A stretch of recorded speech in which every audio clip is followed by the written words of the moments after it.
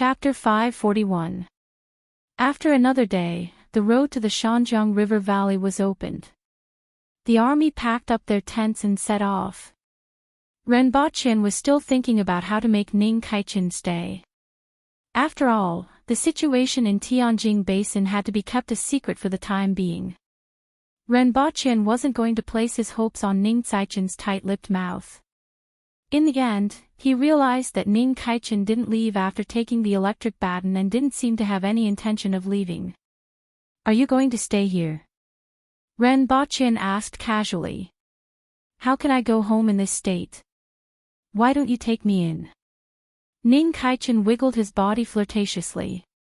His little butt wiggled coquettishly, and Ren Baqian wanted to pinch him. Amit ba. Ren Baqian looked solemn. However, Ning Kaichen couldn't go back to the Ning family in this state. Ren Baqian felt that if his son became like this, he would beat him to death. Although it was understandable for a modern person to have gender dysphoria, it was understandable for other people's sons. It was impossible for one's own son to understand. Not to mention in this world. Furthermore, even though he had some friendship with Ning Kaichen, he didn't think that Ning Kaichen would help him keep this a secret. It would be best if Ning Kaichen took the initiative to stay. "If you don't have a place to go, I happen to be short of manpower. What do you think, Brother Ning?" Ren Baqian thought for a while. Ning Kaichen knew a lot about Great Xia and was knowledgeable about various places. Having such a person was still useful. "Then, won't I be Sir Ren's man?" Ning Kaichen laughed hysterically. Pow! Ning Kaichen flew into the distance in an arc. The Empress walked away from Ren Baqian's side without looking at him. She didn't even look at him. Ren Baqian grimaced and felt that the Empress's whereabouts were getting stranger and stranger. It was as if she was everywhere and had thousands of clones. Furthermore, the Empress's habit of protecting her food was getting worse. Although he said this, he still felt a little sweet inside. After all, he held a considerable position in her heart, which was why she behaved this way. "My maiden heart has been melted by Her Majesty recently." Ren Baqian covered his chest and sighed. Then, he was kicked by the Empress from behind. Riding on the four-corned cow, Ren Baqian climbed up the rocky hill and looked ahead. There was a few miles of farmland in front of him. Behind the farmland was a river that was more than 100 meters wide. Across the river was a large plain. There were neatly tended farmlands everywhere, and it was a scene of vitality. Under the illumination of the sun, it was like a beautiful picture of the countryside.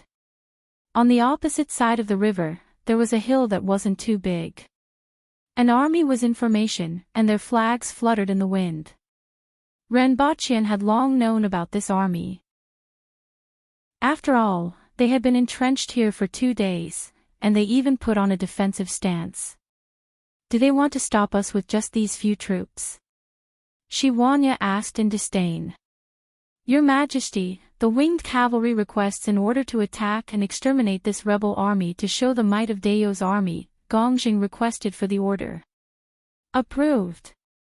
Shi Huanya, send someone to attack together with the winged cavalry," the Empress instructed.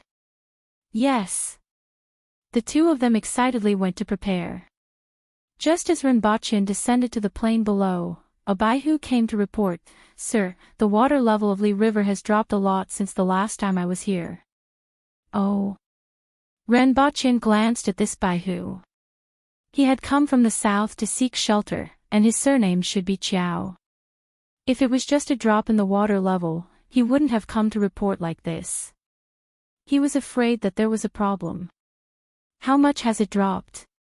Ren Baqian asked. "It has dropped by at least 1 meter. Some of the shallower riverbanks on both sides have been exposed," the Baihu said in a deep voice.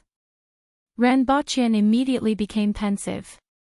Although he didn't know much about this, he knew that there was something wrong with the water level dropping by 1 meter in a month. It would be fine if it was a small river, but Li River was at least 100 meters wide. Such a wide river had a lot of water. A drop of 1 meter meant that the water level was much lower. Sir, I was thinking about this before. I guessed that the water level dropped because of the lack of rain these days. Another Baihu came over and laughed. This person's surname was Su, and he came from the south. Oh. Renbochin responded faintly and asked the Baihu who had made the report, "What do you think is the reason?" "I don't know. What Baihu Su said is possible, but the water level has dropped too much, so it's a little strange." That Baihu whispered, "Sir, you can send someone upstream to take a look." "That's right." Renbochin nodded and said, "Guards." "My lord." The two guards beside him hurriedly urged their mounts forward. "Take him down." Renbochin pointed at the Baihu with the surname Su and ordered. "Sir." Su Baihu's facial expression changed drastically. "If I said something that I shouldn't have, please forgive me." Su Baihu didn't dare to resist and was brought to Renbochin by the two guards with a miserable look on his face. "I heard that we have to offer sacrifices to the sea god in the sea and the river god in the river. It's fine if nothing happens, but if something happens, we will chop him up and offer him as a sacrifice to the river god." Renbochin said faintly. Su Baihu's facial expression immediately changed. "Sir, I didn't mean it. Don't be nervous. If nothing happens, you will naturally be fine." Renbochin smiled amiably. "Unless you are certain that something will happen?" Some of the Baihu in the surroundings were shocked when they heard what Renbochin said. "Detain him and keep an eye on him. If he escapes, I will offer you two as a sacrifice to the river god." Renbochin told the guards to detain Su Baihu and went to see the Empress. "Your Majesty, ask Protector General Shi and Captain Gong not to rush into action. Let's go ahead and take a look first." "What did you discover?" "A little speculation. I want to see it with my own eyes," Renbochin said. "All right." The Empress knew that Renbochin must have discovered something for him to say this. A moment later, she called Shi Wanya, Zhongshin, and Gongzheng over and went to the riverbank to take a look. Renbochin stood by the riverbank and looked around. He immediately saw what he wanted to see. "Your Majesty, Protector General Shi, Deputy Protector General Zhong, and Captain Gong, take a look." The surface of the river was originally nearby, but there are still traces of it here. This shows that the water level here has always been very stable. At this moment, the water level has dropped by a full meter here. "What did you discover?" the Empress asked directly. Renbochin pointed to the two bridges that had been cut off and said, "There was originally a bridge here, but the other party didn't cut it to prevent us from crossing the river. They wanted us to cut wood and build boats to cross the river. If the other party built a dam in advance to store water and waited for us to cross the river before breaking the dam to release the water, our army would naturally suffer heavy losses when the water rushed down. Your Majesty, we will know once we send someone upstream to check." "What Sir Ren said makes sense," Gongzheng immediately said and then laughed. "However, this person underestimated our winged cavalry. Do we still need to build boats in this river? As long as we throw the tree trunks into the river, we can cross it. Then, the winged cavalry will attack the enemy. Currently, there are 700 winged cavalry warriors, and we won't be able to easily lose them," Renbochin said. The number of winged cavalry warriors had reached a very dangerous level. If they were to lose more of them, it would be difficult to fight the following battles. "Gongzheng, send someone upstream to check," the Empress said. At this moment, on a hill opposite them, a young man was watching dozens of winged cavalry warriors rush upstream from the river. Had these barbarians discovered them? It seemed like they were smarter than he had thought. However, that was all they could do. Everyone thought that he wanted to break the dam and attack them while they were crossing the river. In fact, according to his plan, even the two sides of the river would be swept away. This included the current location of the Aboriginals. Unless you return to the mountain now, it will be too late when you discover the surging river. Even if I can't completely wipe you out, I can at least make you lose half of your troops. Losing half of your troops and losing your rations, let's see how you are going to fight this battle. Chapter 542. Renbachien and the others were still waiting on the riverbank while some soldiers went to cut down trees nearby. Whether it was building boats or setting up camp, this was necessary preparation. Renbachien used a pair of binoculars to observe the other side and realized that the other side had been waiting quietly and hadn't made any big moves. They should have seen it when he sent people upstream to check, right? It didn't matter if the plan failed. Did the other side still have a backup plan? What could it be? Renbachien pondered for a while but couldn't figure it out. He wasn't good at this kind of strategy and couldn't figure out what the other side was thinking. In any case, they were completely stronger than the other side, and the only thing the other side could do was to think of ways to weaken their forces. Otherwise, using a group of new soldiers and garrison troops to face the Protectorate of the South and the winged cavalry, whose weakest members were manual experts, would be no different from courting death. The other side couldn't possibly think that a group of new soldiers could defeat the Aboriginal army, right? Even if their numbers were 20 or 30 times greater. If war was simply a game of accumulating numbers, Dayo would have been destroyed 100 times over.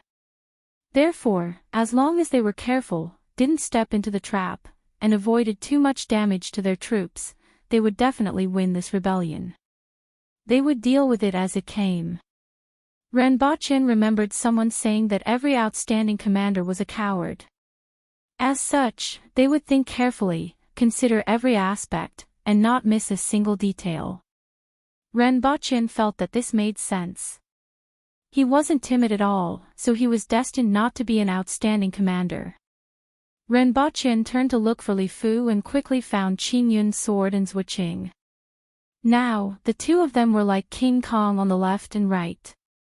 Li Fu ignored the two of them and kept thinking about what was going on. Why were there heaven-grade weapons? Why were there two of them? Senior, there's an army blocking the way ahead. Why don't you capture the commander of that army and destroy them? Then, we can go back and study the fire arrows as soon as possible. Renbachien rode his horse to Li Fu's side. Li Fu didn't even raise his head. His face was full of wrinkles as he continued to ponder. Renbachien didn't mind at all. He didn't expect Li Fu to become a fighter just because of his words. Even though he looked a little stupid, he was still the best in the world. At this moment, Renbachien suddenly heard a thunderous sound from afar. Is it going to rain? Renbachien raised his head and looked at the sky in the distance. If it rained, the water level in the river would definitely surge, and the current would become rapid. When that happened, it would be more troublesome to cross the river. However, as far as he could see, the sky was clear and there was no sign of rain. At this moment, chaos broke out ahead. Flood! Flood! Quickly report to the Protector General and His Majesty. Retreat quickly, many soldiers shouted. Renbachien raised his eyebrows, leaped up from the back of his mount, and finally saw the scene in the distance. In the distance, a white line was rushing towards them. In front of the white line, dozens of small dots were running wildly in their direction like huskies that had lost their reins. F***CK. Renbachien really wanted to curse. So this was the other party's plan. The other party was not waiting for them to cross the river to burst the dam. The other party had accumulated enough water to flood both sides of the river. It was no wonder that the other party was not in a hurry. Even though they knew that they had sent people upstream to investigate, they did not take any action. The Empress and Shiwanya were faster than him.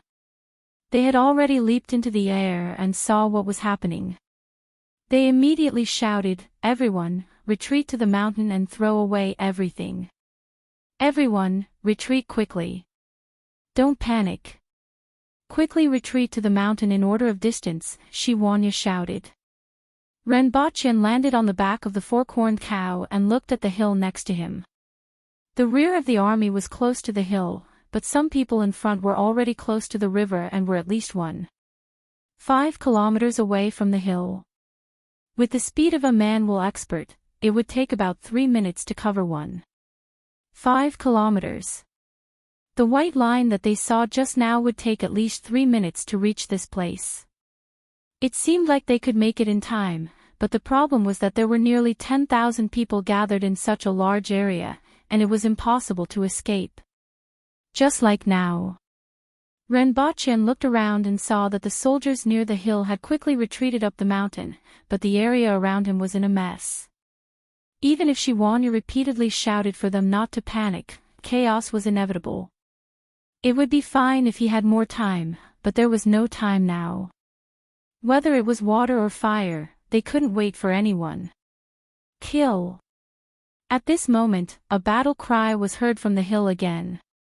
An army of about 1,000 people rushed over from that direction and was met with a rain of arrows before they even got close. It's not an army, it's a martial arts practitioner. Even though Renbachyan was far away, he could immediately tell their identities from their movements. It was almost impossible to ambush an army nearby, but it was entirely possible for a group of 1,000 martial arts practitioners to approach quietly. Damn it, are the people from the rearguard commandery eating sh*t? Renbachyan was furious. The situation here was already chaotic, and the appearance of an enemy force on the hill made it even slower for them to return to the hill. If this continued, there was no telling how many people would die in this flood. Let's go. The Empress landed beside Renbachyan, grabbed him with one hand, and charged toward the enemy force that suddenly appeared on the hill. Senior Li Fu! Renbachyan shouted down at this moment. Your Majesty, look for Li Fu.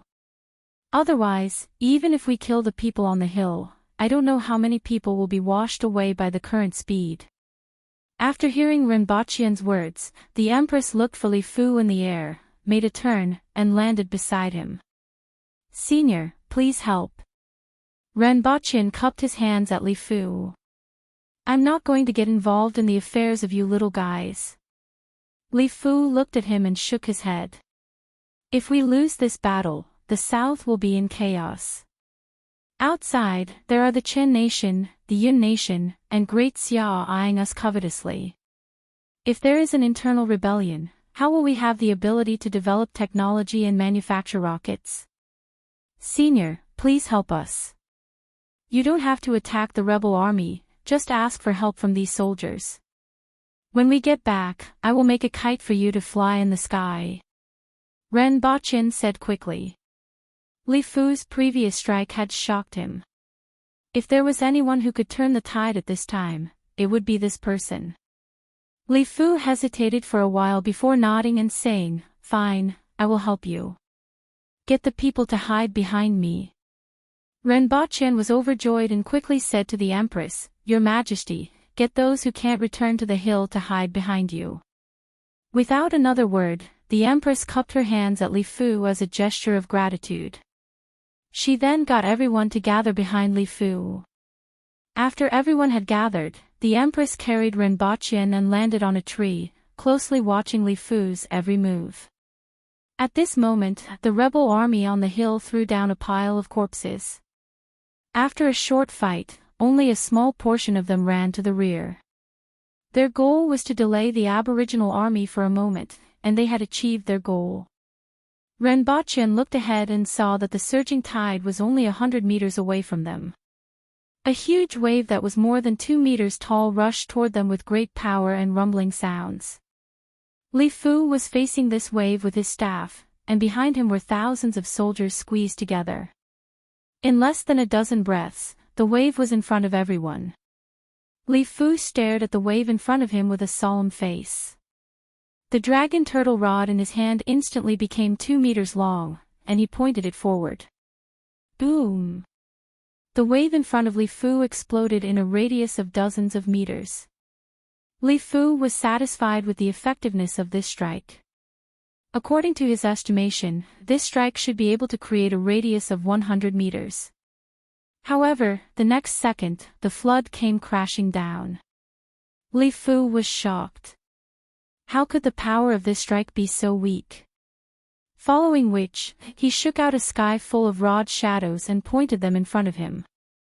At this point, the waves separated from where Li Fu stood and surrounded the soldiers behind him. The soldiers at the outermost layer could clearly see the countless fish in the water. Renbaqian and the Empress could see clearly from the tree that Li Fu didn't just use one strike, but countless strikes. Countless rod shadows filled the space in front of him. The flood was split apart in front of him and pushed outwards by the rod shadows that he used to point at both sides. The water collided with the water outside and was squeezed together again. However, it just so happened to let the soldiers behind Li Fu pass. From a distance, everyone looked like a reef standing in the water, allowing the water to wash them. Having the experience of smashing a mountain with one strike, Li Fu's rod shadows that filled the sky and split the water 100 meters apart didn't seem very amazing. After all, he only used one strike to smash a mountain, but now he used countless strikes. The area in front of Li Fu was completely covered in rod shadows. However, Li Fu's control of power could be said to be at the peak. He was able to make the flood avoid the soldiers and merge 1 meter behind them. Such control was indeed the best in the world. The eyes of the Baihu standing on the mountain, Qingyun's sword, and the others behind Li Fu were glowing. At this time, Li Fu, who was admired by everyone, wanted to curse out loud. Damn it! Why has my strength dropped so much? This is like seeing a ghost. I thought that I could split the river with one strike, but it took more than 100 strikes to do so. I have to use all my strength to barely protect so many people. If this goes on, I won't be able to hold on for long. Chapter 543. When the water flooded the area, the young man on the opposite hill chuckled. Although he couldn't see clearly from afar, at least half of the enemy didn't go up the hill, which was similar to what he had expected. Without half of their military strength, it would be very difficult for Dao to take down these people from Tianjing Basin. Unless they mobilized their military strength from other places. They didn't have much military strength in the Qin nation. Hongwu couldn't be moved either as Great Xia was still eyeing them covetously. In that case, only the Yun nation could be moved. This allowed Zhu Wuzhen to heave a sigh of relief. However, there was something strange. Why didn't those people escape just now? Instead, they gathered together. Very soon, he couldn't laugh anymore. He saw that there was a place in the middle of the floodwater with high waves splashing up, blocking his view. That scene was like boundless seawater crashing against a reef. He had seen this scene since he was young and had been deeply imprinted in his mind. Could it be that there was someone who could block the floodwater like a reef? Then, he laughed. Even Qi Zixiao could only protect a few people in such a flood. Just now, there were at least thousands of soldiers gathered there. Even the most powerful expert in the world couldn't do anything. It was just that the splashing water was a little big, and he couldn't let it go. At this time, Li Fu had separated the floodwater, and the people below were temporarily safe. Renbaqian finally had the spare energy to look around. What he saw was a vast expanse of water. This side of the river was flooded, and many places on the other side of the river were flooded as well. For example, the vicinity of the hill was flooded as well. As for the distance, it seemed that the terrain was a little higher than here, so it wasn't a big deal. Renbaqian looked around and began to feel that the hill and the people on it were a little too much of an eyesore. Suddenly, an idea came to Renbaqian's mind. He first turned to look at the Empress, who was concentrating on Li Fu's rod. He didn't know if she was comprehending it. "Your Majesty!" Renbaqian called out softly. He was afraid that there would be an epiphany in this world and that people would disturb her, so he kept his voice very low. If the Empress was really comprehending the God's rod, his soft voice shouldn't disturb her, right? What's the matter? He didn't expect the Empress to immediately ask. Your Majesty, can you send me to the top of the hill? I have an idea. The Empress glanced at him, carried Rinpoche, and pounced toward the direction of the hill. Every time they were about to fall into the water, she would slap the surface of the water with her palm and bounce up high. Pillars of water exploded on the surface of the river behind the two of them. Rinpoche searched around the hill and found his bag first. These things were in the custody of the bodyguards, and he had brought them along with him. Then, he took out a few skunk bombs. Protector General Zong, can you shoot this thing at their hill? Rinpoche found Zong Shin, pointed at the hill, and asked. Sir Ren, what are you doing? Zong Shin was stunned and didn't know what Rinpoche wanted to do. Protector General Zong, can you do it? It's possible. As long as I tie this to the arrow, I will be able to step on the water and reach the river. Zong Shin muttered. That's good.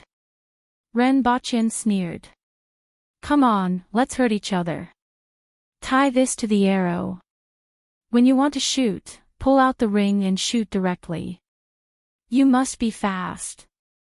Don't delay. After pulling the ring, this thing can't stay in your hand for more than 2 breaths.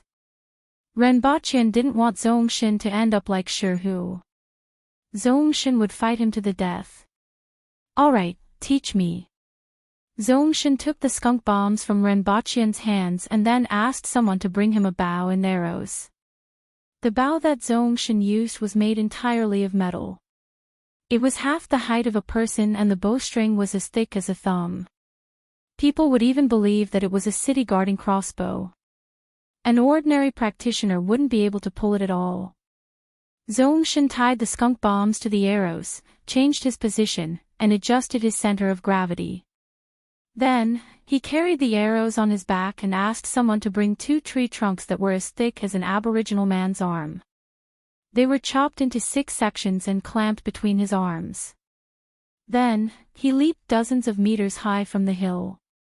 When he was about to land, he threw a section of the tree trunk at the landing point and did this.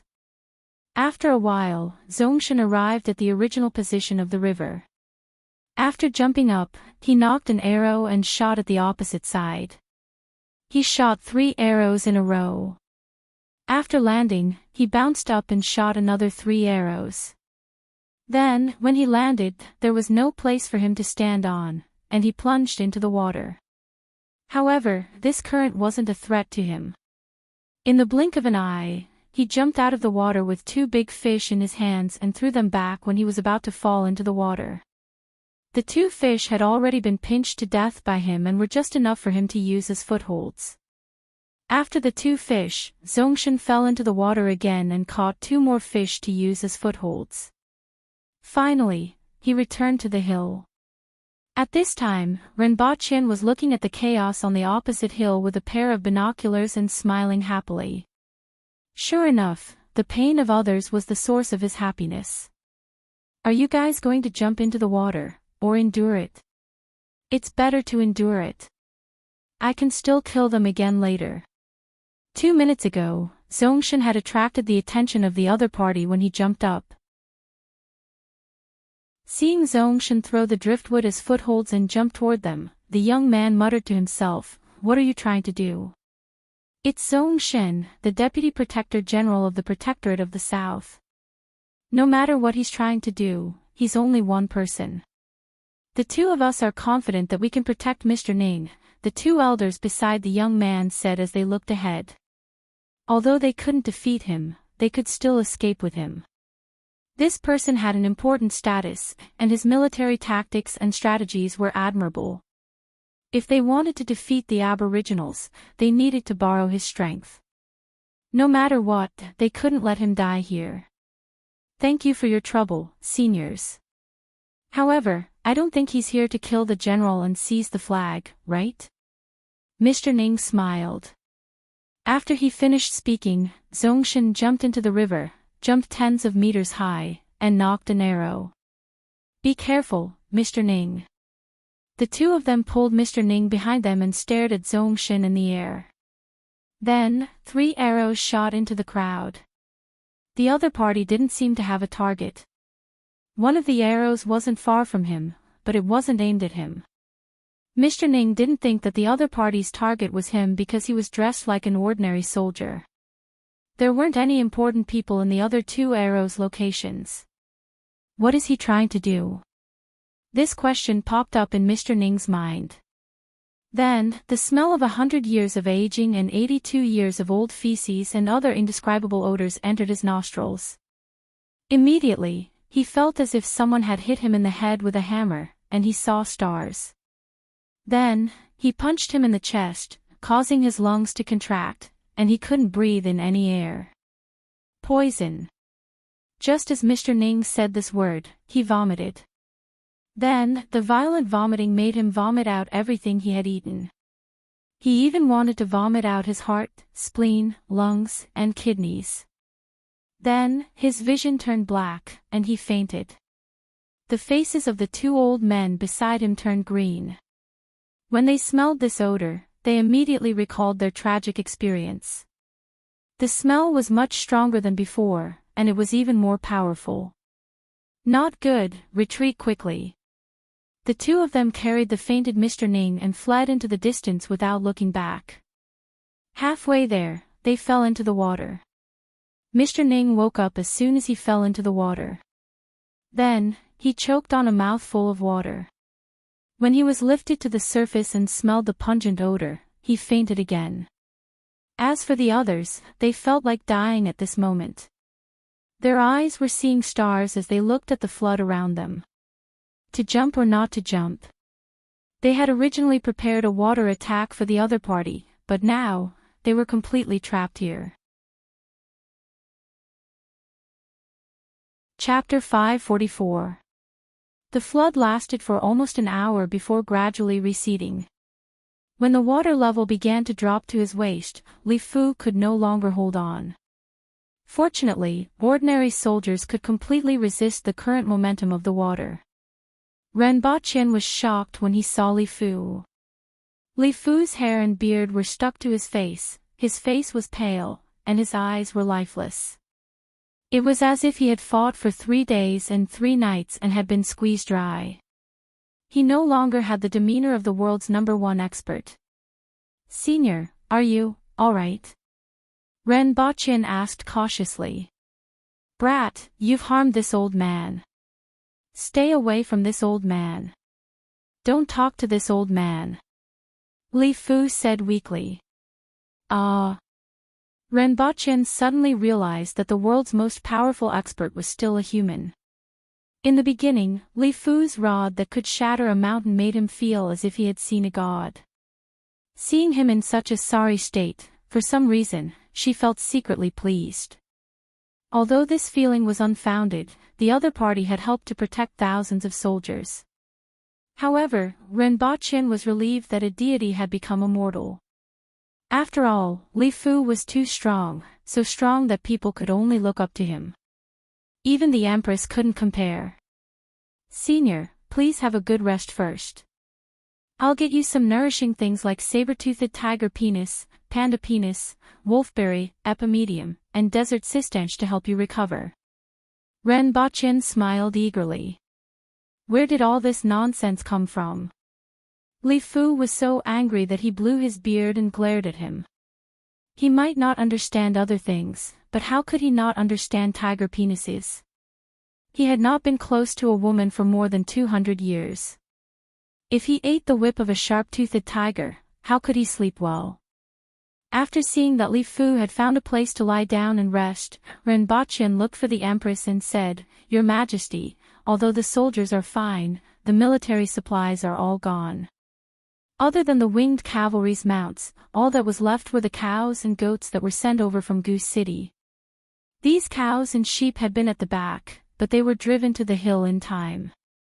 However, meat was only eaten together with grains before the war. If the entire army ate as much as they wanted, it would only take 1 meal. There are some in the city. She then called for Shiwanya and said, "Get the soldiers to chop down trees and build rafts to cross the river."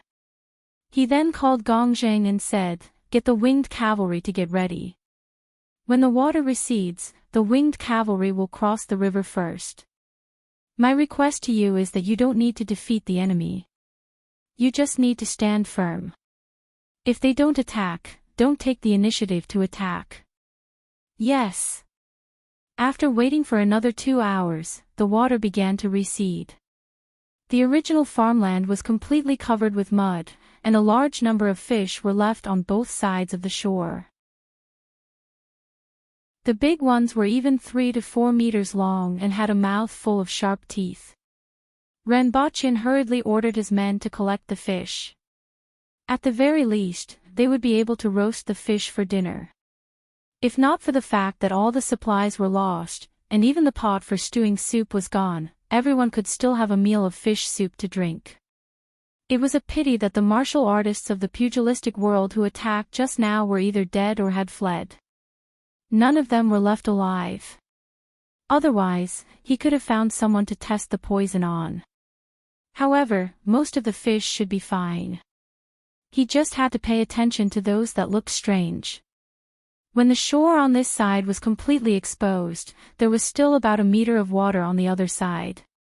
However, the troops on the hill could not wait any longer. They jumped into the water and ran far away. However, the smell was still attached to their bodies and could not be washed away by water. A group of people in the water despised each other. In the end, the whole army scattered like a line of soldiers and ran towards the city in the distance. When the opposite shore was exposed, the winged cavalry began to prepare to cross the river. At this time, the water began to weaken. Like Zongshan just now, the winged cavalry threw a piece of wood into the water. Dozens of people worked together, and there was a piece of driftwood every 5 to 6 meters. It was as if there were 3 floating bridges in the water. Then, they jumped across one by one. Occasionally, a few idiots stepped on both ends of the driftwood and immediately fell into the water. By the time they grabbed onto the driftwood and got up, they had already been used as a human ladder by the people behind them. They suffered countless kicks before they reached the shore with bruised noses and swollen faces. After that, he used 7 or 8 tree trunks to form a wooden raft, which was connected together to form a floating bridge in the water. By the time the sky turned dark, everyone was already on the other side of the shore. During this period, a Baihu sent a message. It was that the army that had escaped had reached the city in front, but they were not allowed to enter. Instead, they went around the city and went to the rear. Otherwise, the smell of those people alone would have reduced the fighting strength of the defending army by 30%.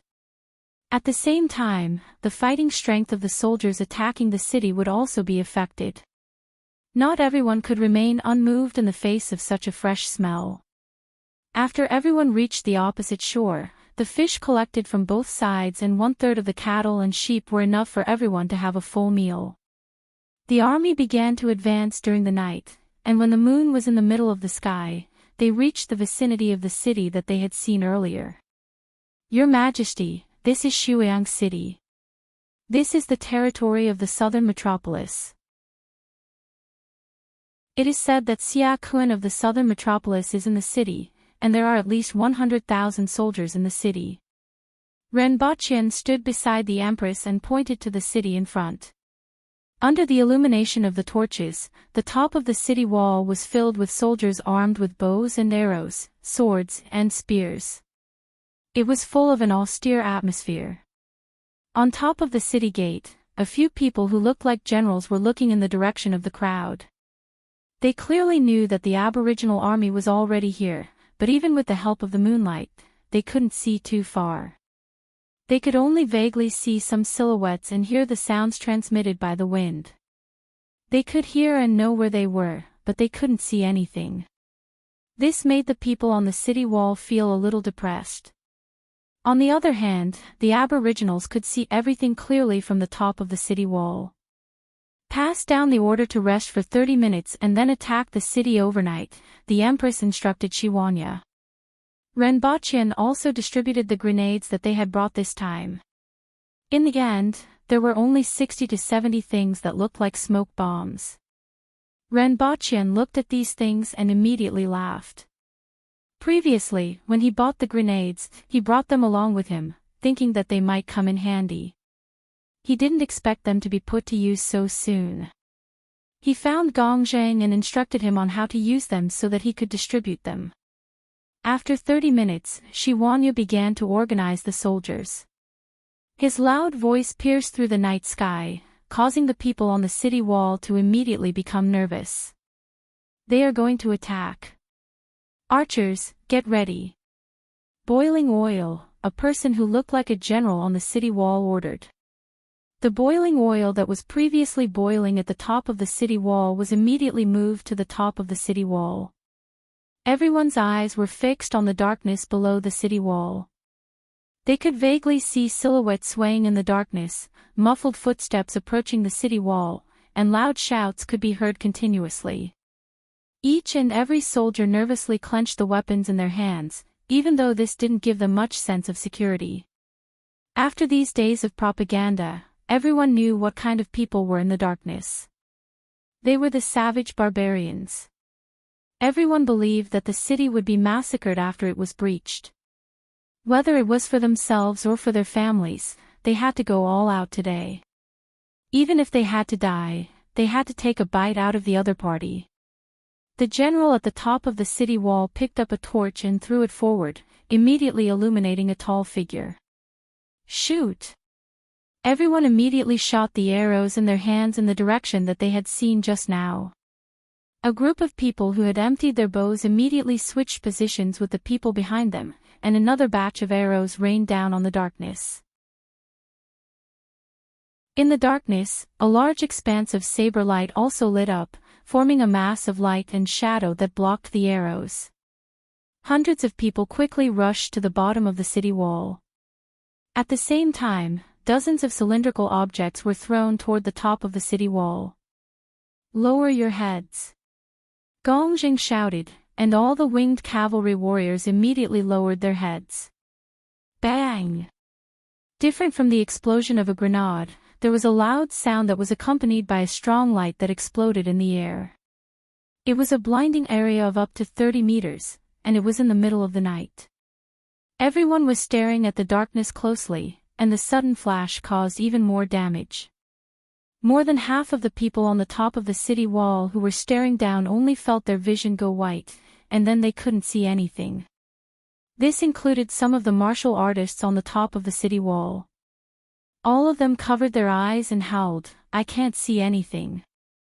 However, not only could many people not see anything, but they also couldn't hear anything. In addition to the intense light that reached up to 1 million candelas, the explosion of the flash grenade also produced a noise that was 170 to 180 decibels at close range, causing some people to temporarily go deaf. Suddenly, they couldn't see or hear anything, and it caused a huge panic on the city wall. Due to the sudden fear, many people squeezed and bumped into each other. One by one, boiling pots of oil were knocked over, causing even more chaos. Many people even fell from the top of the city wall in panic. At this moment, hundreds of small melons were thrown onto the top of the city wall. Boom! Boom! Boom! A series of explosions and flames immediately rang out on the city wall. After that, 700 winged cavalry warriors jumped onto the city wall and used their saber lights to create a rain of blood. Previously, the rebel army had made all kinds of preparations and plans. Even though the landslide and water attack strategies had failed, they still had a certain level of confidence. They had enough troops to defend the city. Chapter 545. When the winged cavalry attacked the top of the city wall, the city commander's residence was brightly lit. Xia Kun sat at the head of the table with a glass of wine in one hand, looking like he was deep in thought. Earlier in the afternoon, he had received news from his scouts that the Aboriginals did not lose more than half of their forces, as they had expected. Instead, they suffered almost no losses. This made him unable to understand how the Aboriginals had managed to do it. Subsequently, he guessed that the Aboriginals would likely attack the city overnight. After all the supplies had been washed away. If they didn't attack the city, they could only retreat to Jiang Bay. From the way the Aboriginals crossed the river, it was clear that they would not retreat. In that case, the rations in the city would be something that the Aboriginals had to obtain. In that case, there was an 80% chance that the Aboriginals would attack the city overnight. Thus, he was already prepared. Even though the ancient race was strong, their numbers were too few. In total, there were only 10,000 of them. There were 100,000 soldiers in the city. Rao Yu and Tai Zai had returned to the other two cities in the afternoon to prepare for war. As long as they could hold on for another day, another 200,000 soldiers would arrive. At that time, he would like to see how the 10,000 Aboriginals would win against the 300,000 soldiers. Even 300,000 cows and sheep would make their hands go limp, let alone 300,000 soldiers. Thinking of this, Xia Kun drank the wine in his cup and asked casually, "Is Mr. Ning still in the room?" "Yes." The attendant had a smile on his face. Mr. Ning had already taken a bath for the entire afternoon, but the smell could only be said to have lessened a little. Now, he was directly soaking in the bucket. He had to change the water every half an hour to make himself feel less smelly.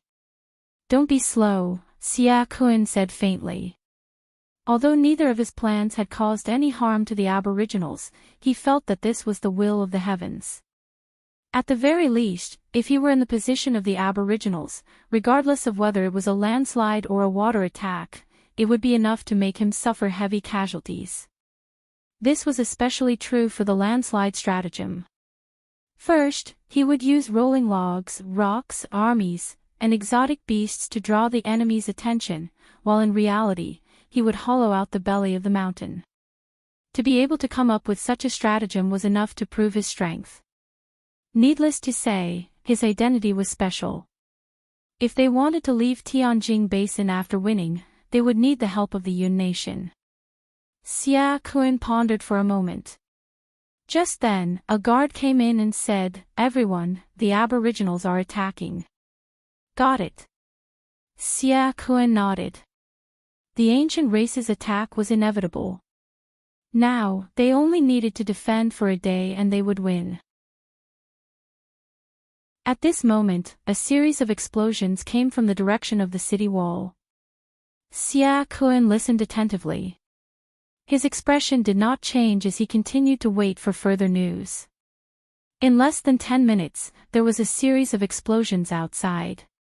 At the same time, someone hurriedly reported, "Everyone, the city wall has fallen.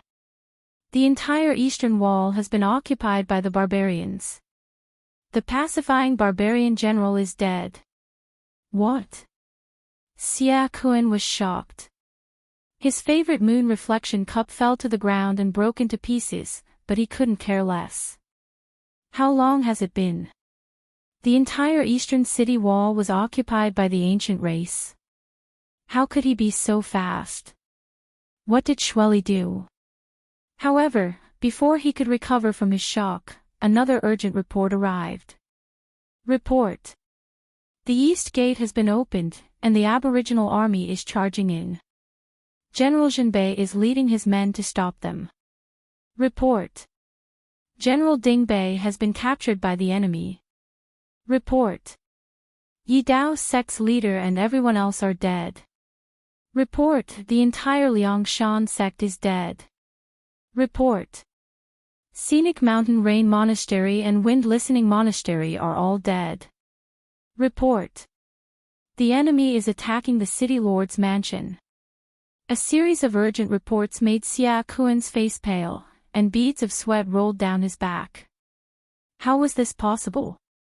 How could they be so fast? Someone, inform the north and south barracks to quickly intercept the enemy. Xia Kun shouted. Get someone to go to the granary in the west of the city and wait for my orders. If they can't hold on, burn the granary, Xia Kun said while gritting his teeth. Get someone to send the young master and young mistress out of the city and bring the madams to the hall. At this time, Renbochin rode a goat through the city gate. It was the kind of giant goat that the winged cavalry rode. In front of him was the army of the Protectorate of the South that was charging forward like a tidal wave. In the beginning, they used flash grenades and grenades to make more than half of the defenders on the eastern wall lose their combat power. After quickly occupying the city wall, they opened the gate for the army of the Protectorate of the South to attack. This really caught the enemy off guard. In a short period of time, they cleared one side of the city wall and quickly advanced into the city. However, after being caught off guard at the beginning, the enemy began to counterattack, which slowed down the advancement of the army of the Protectorate of the South.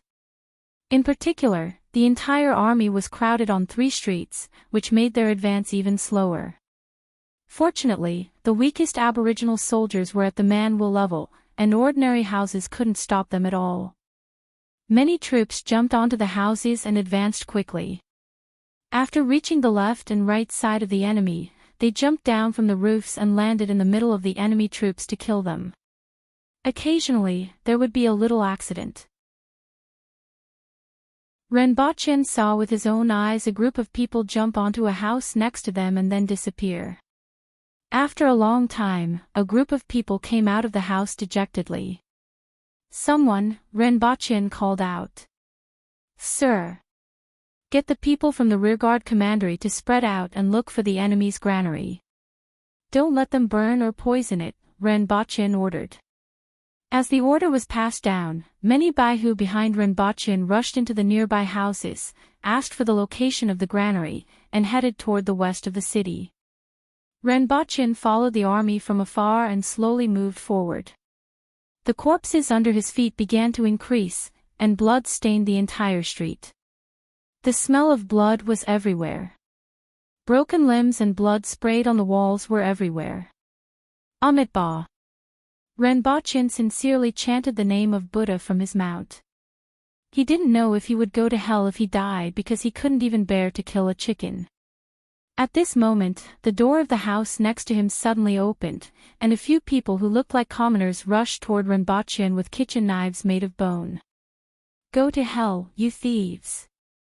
The eyes of these commoner men were filled with fear, and their faces were distorted with extreme fear. However, they still refused to stop. The barbarians didn't leave anyone alive. If the city was breached, they would massacre the entire city. This was what Xia Kun had repeatedly instilled in them these days. In this era, they had almost no channels to get information from the outside world other than what they heard from the mouths of others and the billboards in various parts of the city. Coupled with Xia Kun's repeated indoctrination, they were deeply convinced. Therefore, when they saw Renbochin, who looked like a high-ranking official, these commoners couldn't help but rush out. As they rushed out, a few young people also rushed out from another direction. Kill them all. Renbochin said faintly, but he frowned. The guards beside him lit up their knives, and more than a dozen commoners who rushed over immediately spat out blood and fell to the ground. Stupid! You could have lived. Renbochin muttered to himself. It was hard to tell if his tone was filled with pity or something else. He then got off his mount, walked into a house next to him, and kicked open the door of another room. After sizing it up, he said, "Search and see if there are any survivors. Search the other houses where people came out as well." In just a moment, more than a dozen men, women, and children were thrown in front of Renbochin, and 2 of them had their arms chopped off. All of them looked at the man in front of them with fear and hatred. Why did you attack? Renbochin asked faintly. It was obvious that the army was fighting and not harassing the commoners. Why did they resist? Why did they attack him? You bunch of bastards. If you don't die, we will. A middle-aged man who had one arm chopped off cursed. He knew that he was going to die. Why do you say that? Renbochin squatted in front of him and asked calmly. You will die a horrible death. That man continued to curse. Wrong answer. Renbochin got up, kicked the man to the ground, and stepped on his neck. The sound of bones breaking could be heard by everyone. Next. Who can tell me why exactly? Renbochin looked down at the crowd and asked. After a while, Renbochin got the information he wanted, turned around, and walked slowly along the long street. These rebels really dragged everyone down with them. It had to be said that Xia Kuan's brainwashing was quite successful. These fools. Sir, these people. Kill them. Chapter 546. Sir Ren, it's time to leave. There's an army coming from behind. It's the enemy. As Renbochin walked on the street, endless shouts of killing could be heard in front of him. A guard suddenly ran to Renbochin's side, lifted him, and placed him on his mount. There were 18 other guards around him. There were supposed to be 20 of them, but Shi who was placed on leave by Renbochin and was still staying in Zhongbei. They are civilians. How dare they drag civilians out and kill them? Your parents and relatives are all in the city. If Shuiyang City is breached, everyone will die. Even if you have to risk your life, you must kill all these barbarians. Even if you don't have any weapons, you must take a bite out of them. Behind Renbochin, shouts of anger or mixed with other emotions could be heard. However, these words and the corpses as proof were quite effective in boosting morale. Renbochin rummaged through his bag on his mount. There was a pistol, an AK, more than 100 bullets, a few grenades, and a few skunk bombs. Unfortunately, his gun was in Goose City, and he didn't have enough bullets. Otherwise, he could have staged a 1 versus 10,000 show. Looking back, he could already see a tidal wave of soldiers surging in his direction. Renbochin picked up a skunk bomb, pulled off the safety, and threw it toward the rear. Oh no, it's poisonous. The tidal wave of soldiers panicked. Don't be afraid. This isn't poison, it's just a little smelly, someone immediately shouted from the houses on both sides. It seemed like they had seen this thing before. However, the smell was really suffocating. It was as if a huge rock had been crushed on one's chest, making it hard to breathe and easy to pass out. The people at the front were pushed into the range of the skunk bombs from behind. They held their chests, vomited, and shed tears as they rushed forward. When they finally ran out of the range and could take a breath of fresh air, they were greeted by another skunk bomb. Be careful, sir. The guard waved his saber to deflect the hidden weapons that fell from the houses on both sides. Send 6 people up and kill the pursuers on the roof. Send 1 more person to speed up. Blarg. Send some more people to block the enemy. Blarg. As Renbochin spoke, a pungent wind blew into his nose. Although there were enemies blocking the way, logically speaking, their current speed of advancement was not considered slow. After all, the powerful aboriginals had a greater advantage at night. If one were to look down from the sky, the 3 armies would look like 3 gluttonous snakes that were constantly devouring Daodu in front of them. However, the smell behind him was even faster. This thing is really a double-edged sword. It hurts both the user and the enemy. It's better to prepare more stun grenades and flash grenades next time, Renbochin couldn't help but think. But even so, the skunk bomb could be very useful sometimes, especially at this time, so he had no choice but to use it. For example, right now, the pursuers behind them were crying and vomiting as they chased after them. They probably only had half of their forces left. Renbochin tore off a piece of cloth and wrapped it around his face. Even though it wasn't very useful, it was better than nothing. Cut this place off. Let the pillars fall toward the houses on both sides. Just as Renbochin covered his face, his eyes suddenly lit up. He and the others had just passed by something that looked like a memorial archway. There were 2 thick wooden pillars on both sides, and a sign was attached to each of them. Pingxing Street was what was written on the sign. One of the guards leaped high and cut the sign in half. The other 2 guards cut down the pillars and pushed them up, causing them to fall toward the houses on both sides. With a loud bang, the 2 pillars formed an X in the middle of the street. Although the enemy could drill through, they had no choice but to slow down here. Stop and intercept them here. Renbochin stopped in his tracks while the rest of the guards stood behind the fallen pillars. In any case, as long as they could obstruct the enemy for a while, they could prevent the soldiers in front from being attacked from both sides. Not long after everyone stopped, the enemy caught up with them. Their eyes were bloodshot and tears were streaming down their cheeks. Their bodies were also emitting a pungent stench, causing many of the guards to turn green. Kill! Following the shouts of the soldiers, one by one, they drilled through the gaps around the X. There were only 6 or 7 of them at a time. The well-prepared guards raised their swords, and blood immediately sprayed out. Then, Renbochin threw another skunk bomb toward the center of the street, which was blocked by the soldiers. This skunk bomb was really too wicked. The enemy had already tightly packed the street, which was more than 7 meters wide.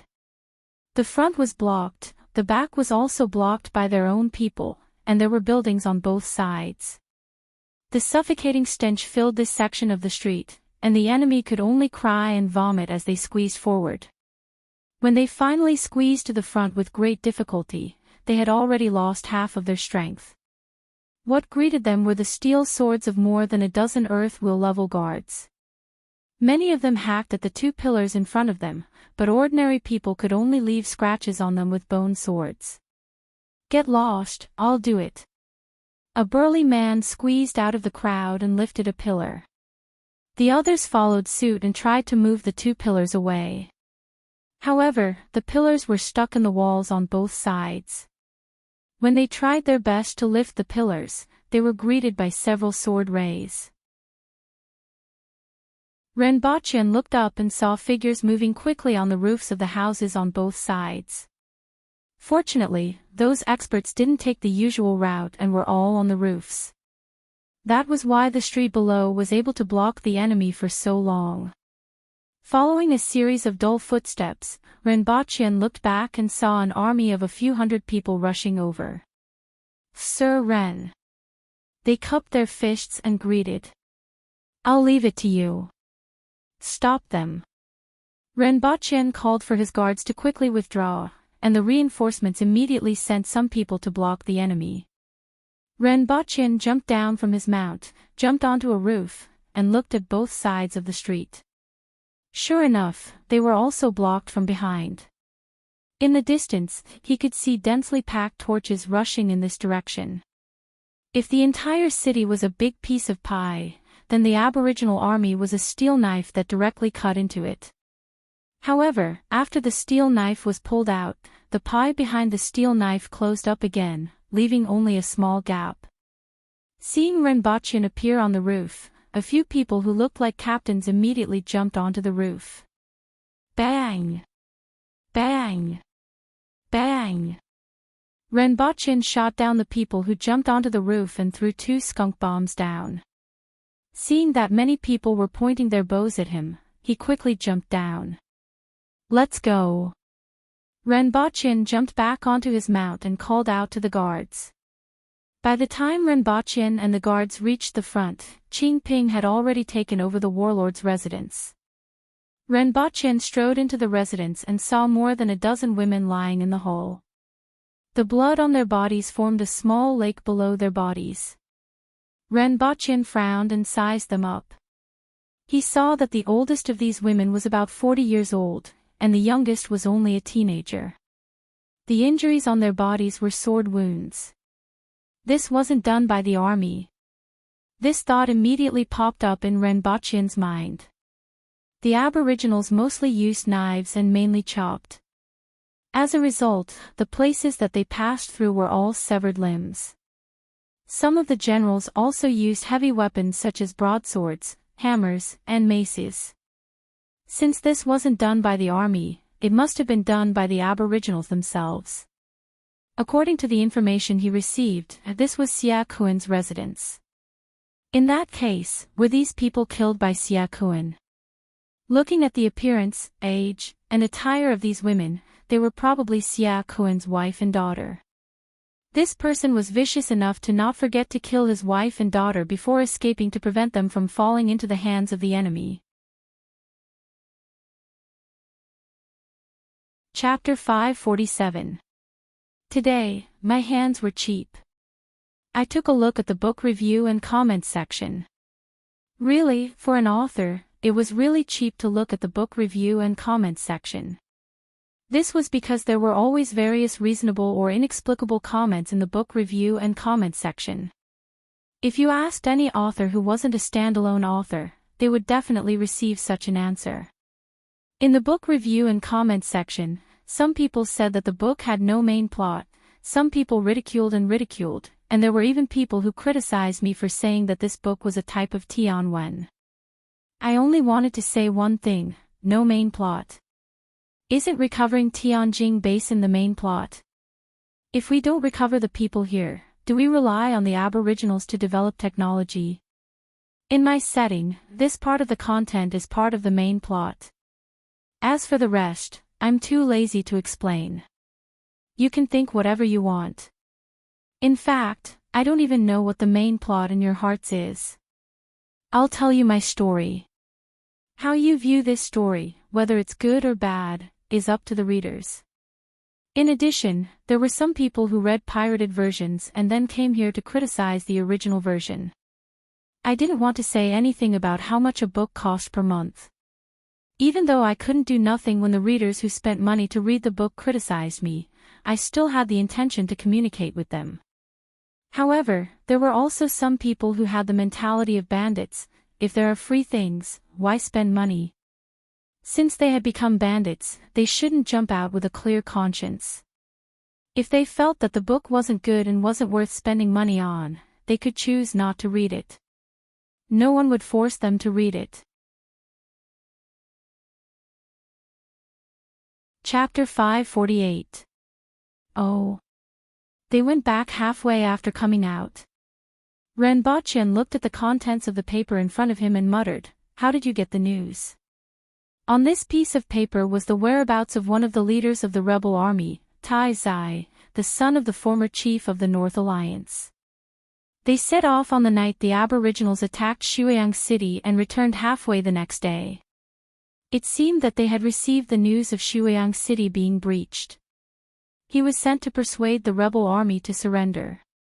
In the beginning, the situation was still fine.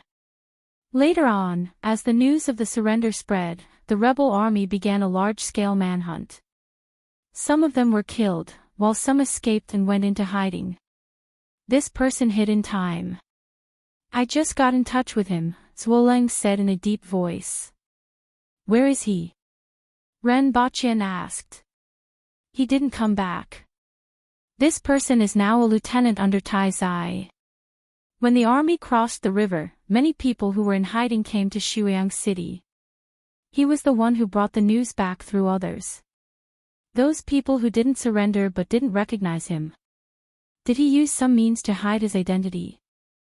Renbochan was puzzled at first, but he soon understood. Yes, he has been using a fake face for the past few decades. This time, he used the same face to persuade people to surrender.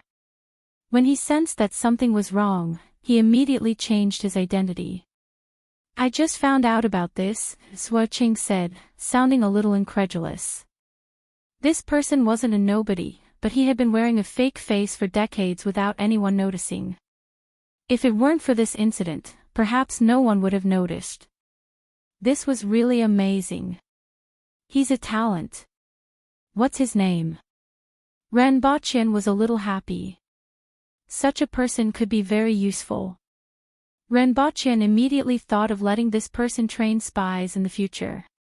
Sir, his name is Hu Cheng. He's at the upper level of the Manwul level, Zhuolang replied. Is there any way to contact him? Renbochin asked. Although he wasn't very strong, his strength wasn't the most important thing about him. He left a way to contact him. As long as you put the news somewhere on time, he will naturally get someone to retrieve it, Zhuolang said. Well, let him bring back important news from Tai Zai and don't expose his identity because of some insignificant news. If you discover that something is amiss, get away in time. If necessary, send someone to support him, Renbochin instructed. As for those who came back, I'll meet them in the afternoon. Have you found the location of the rearguard commandery? Sir, we've found a suitable residence. The owner has already moved elsewhere. Yes. Renbochin nodded and asked, how are the 3 scholars from Great Xia doing? Not bad. You can infer some useful information from some intelligence reports. After understanding the situation, Renbochin dismissed Zhuolang. In the afternoon, he met with those martial artists who had managed to escape the calamity in the south and absorbed them into the protectorate. After all, those who survived in that kind of situation were either good at hiding, good at escaping, or careful and cautious enough. No matter which one it was what he needed. At night, Renbochin returned to Earth. He had been busy with various things in Dayo for the past few days and could finally rest after returning to Earth. Unfortunately, in a place like Congo, where black men were everywhere, he didn't even have the guts to entertain himself. Just as he switched on his phone, he saw a series of messages from Yang Senator. According to what Yang Sen said, Renbochin checked on the internet and found out that a lot of things had happened in the country recently. The biggest thing was that a few big tigers had fallen one after another. And this was what Yang Sen wanted to say. It seemed like this was his explanation for Renbochin. Looking at the slightly familiar names and their identities, Renbochin finally heaved a sigh of relief. Fortunately, he didn't use some small fries to fool him. Regardless of whether there were other people or not, at least what he saw was enough. It was also enough to deter others. Presumably, he would be able to live in peace for a period of time in the future. After staying in Congo for another 2 days, Renbochin made contact with a relatively big arms dealer. He was said to have a lot of connections. Some things that weren't easy to get could be obtained if one was willing to pay a high price. For example, a tactical nuclear bomb with a yield of 2,000 tons. Back then, the US bombed a 14,000-ton atomic bomb, causing 200,000 casualties. The number of deaths on that day was 80,000. If used well, a tactical nuclear bomb with a yield of 2,000 tons was enough to wipe out an army of tens of thousands. This kind of power could already be considered a precious military artifact. What was more precious was the deterrent power of this weapon. As long as it was used once, everyone would have to kneel if a nuclear warhead was thrown at them. Unfortunately, this was only a rumor. Since both parties weren't familiar with each other, the other party naturally denied it. Renbochin left the contact information of the arms dealer and was prepared to find out more about him in the future. If he could get 1 or 2 nuclear bombs from the other party, he would definitely give one to Xiao Baichong. After settling this matter, Renbochin finally got on the plane for the return trip. The moment he stepped on the plane, many people in the distance heaved a sigh of relief. Many people were afraid that he would hook up with some flirtatious slut outside, which would be troublesome. Renbochin got off the plane and rushed straight to the Messier 87 department. He was very interested in the research results that Yang Sen had sent him. Both parties met and pretended that nothing had happened in the past month. You said that you found meridians? Renbochin was the first to ask. This kind of research progress made him extremely concerned. Yes, take a seat first. Yang Sen asked, do you want some tea? After making 2 cups of tea, Yang Sen said, we have indeed found it. It's called the mesenchyme. In fact, it was first discovered overseas. It's an extremely small network of channels filled with liquid that penetrates the connective tissue. It exists under the human skin and is responsible for the circulation of water in the human body. It's like the highway of liquid flow in the human body. The mesenchyme is known as a kind of organ. Although it was first discovered overseas, there hasn't been much research on it due to the lack of time. Recently, our researchers have made a new discovery through the corpses provided by you and some man-will experts who have reached the man-will level. After a practitioner reaches the man-will level, the essence and blood in the body will be transformed into qi. This qi is constantly flowing in the body, and the channel through which it flows is the mesenchyme. This is also known as the meridians. After Yongsan finished speaking, Rinpoche immediately gave him a thumbs up and said, "Great discovery. After this discovery, we have already optimized the previous martial arts techniques. Now, it is more suitable for warriors in the environment of Earth. I want a copy." Rinpoche laughed. The research had finally yielded results, and it was indeed a happy thing. Now, he finally saw some returns. He could rest assured that he could hand over this kind of optimized martial arts technique to his parents and Renwanyan. We need more martial arts techniques. The more comprehensive the database is, the more we can research, Yongsan said. Yes, I just happen to have a batch of martial arts techniques. It's better than what you have obtained previously, Rinpoche said. You really won't release the eagle until you see the rabbit. Yongsan couldn't help but say. Don't say that. You have to let me see some returns.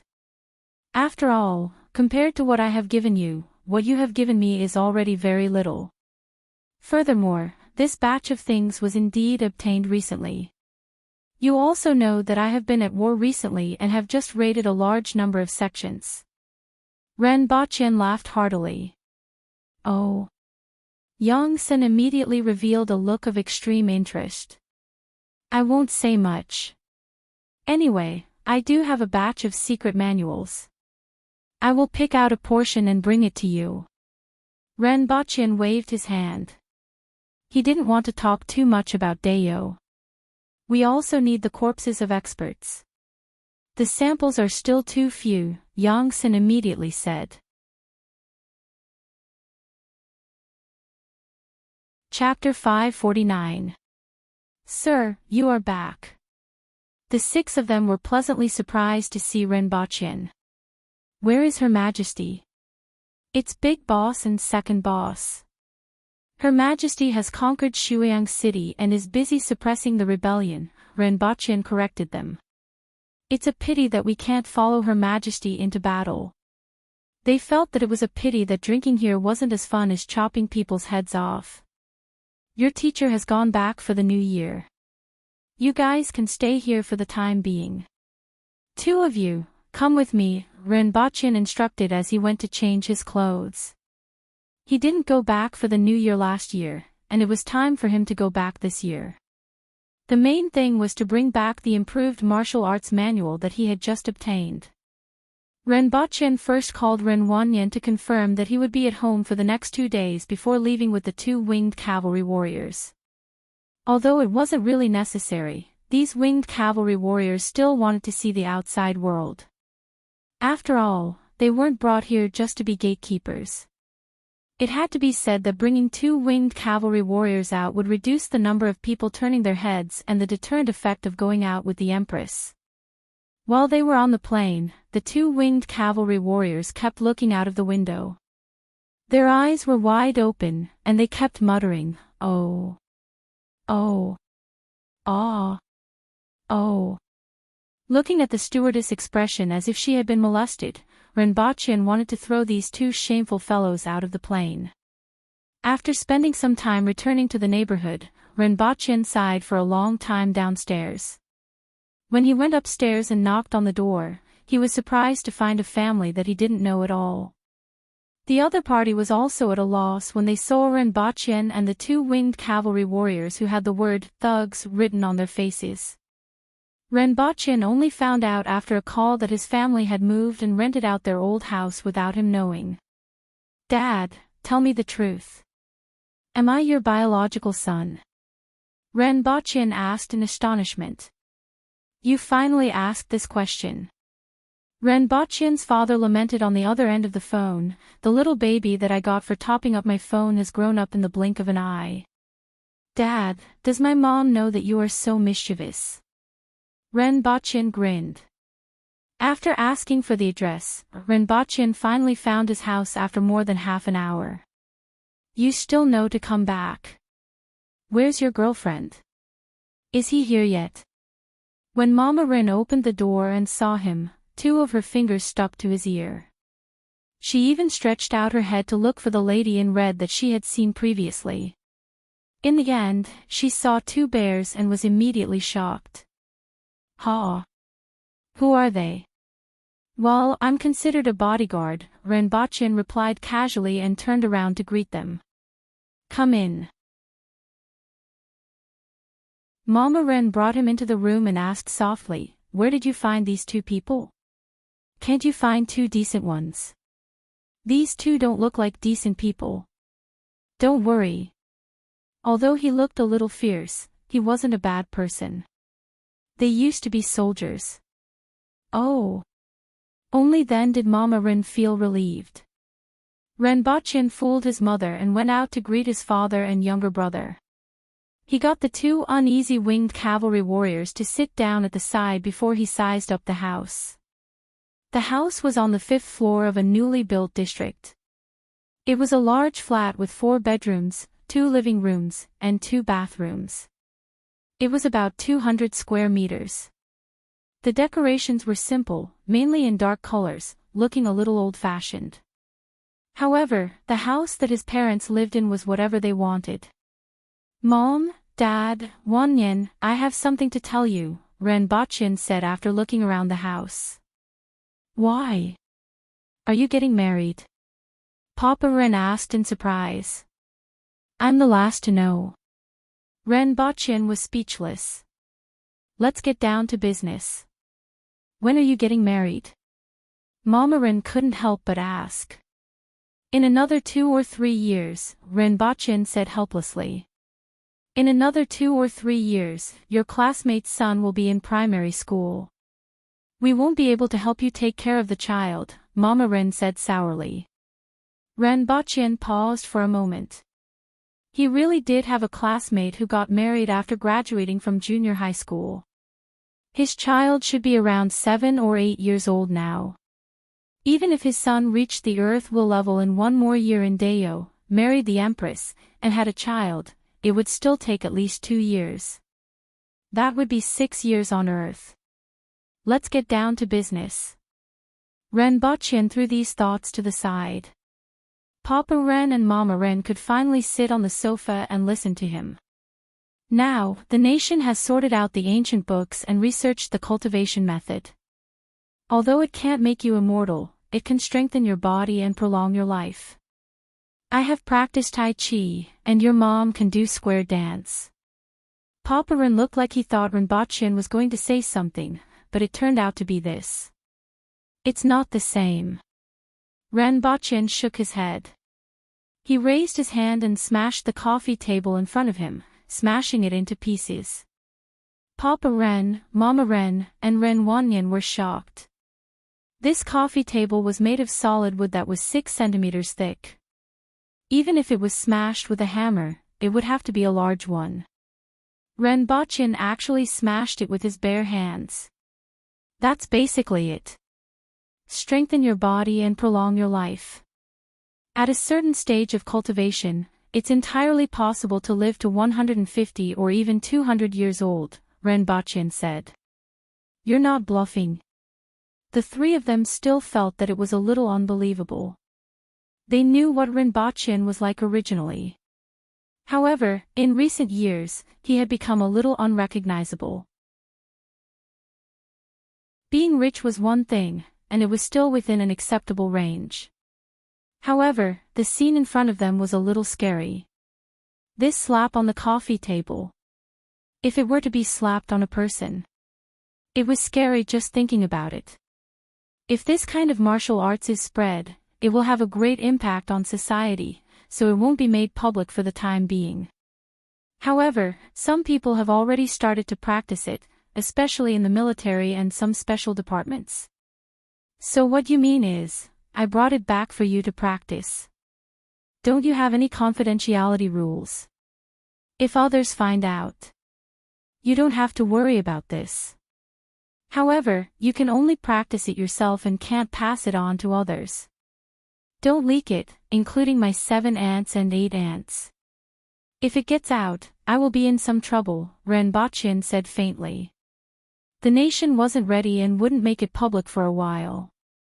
Even if Yongsan didn't inform him, he wouldn't do this. The more people who knew about it, the higher the possibility of it getting out. It wouldn't be good if it caused trouble. After a while, the 3 of them finally digested what Renbochin said. He then took out a USB and plugged it into the TV for them to watch. At the same time, he also explained some of the things that needed attention. In addition, he would get people to send some food regularly in the future. After all, martial arts didn't only require practice, but also nourishment. If there wasn't a suitable method to nourish the body, it would easily cause irreparable damage to the body. Fortunately, this was relatively simple for him. He just needed to bring back some meat and medicinal herbs from Dayo regularly. After staying at home for 2 days, Renbochin bought 2 plane tickets for the 2 winged cavalry warriors and threw them a sum of money so that they could find a way to go back themselves. Whether they took a plane or chartered a car, Renbochin didn't care. He wasn't a nanny, and these winged cavalry warriors had to learn to do things independently in this world. As for himself, he collected 1,500 grenades and 300 flash bombs from somewhere in the city before returning to Dayo.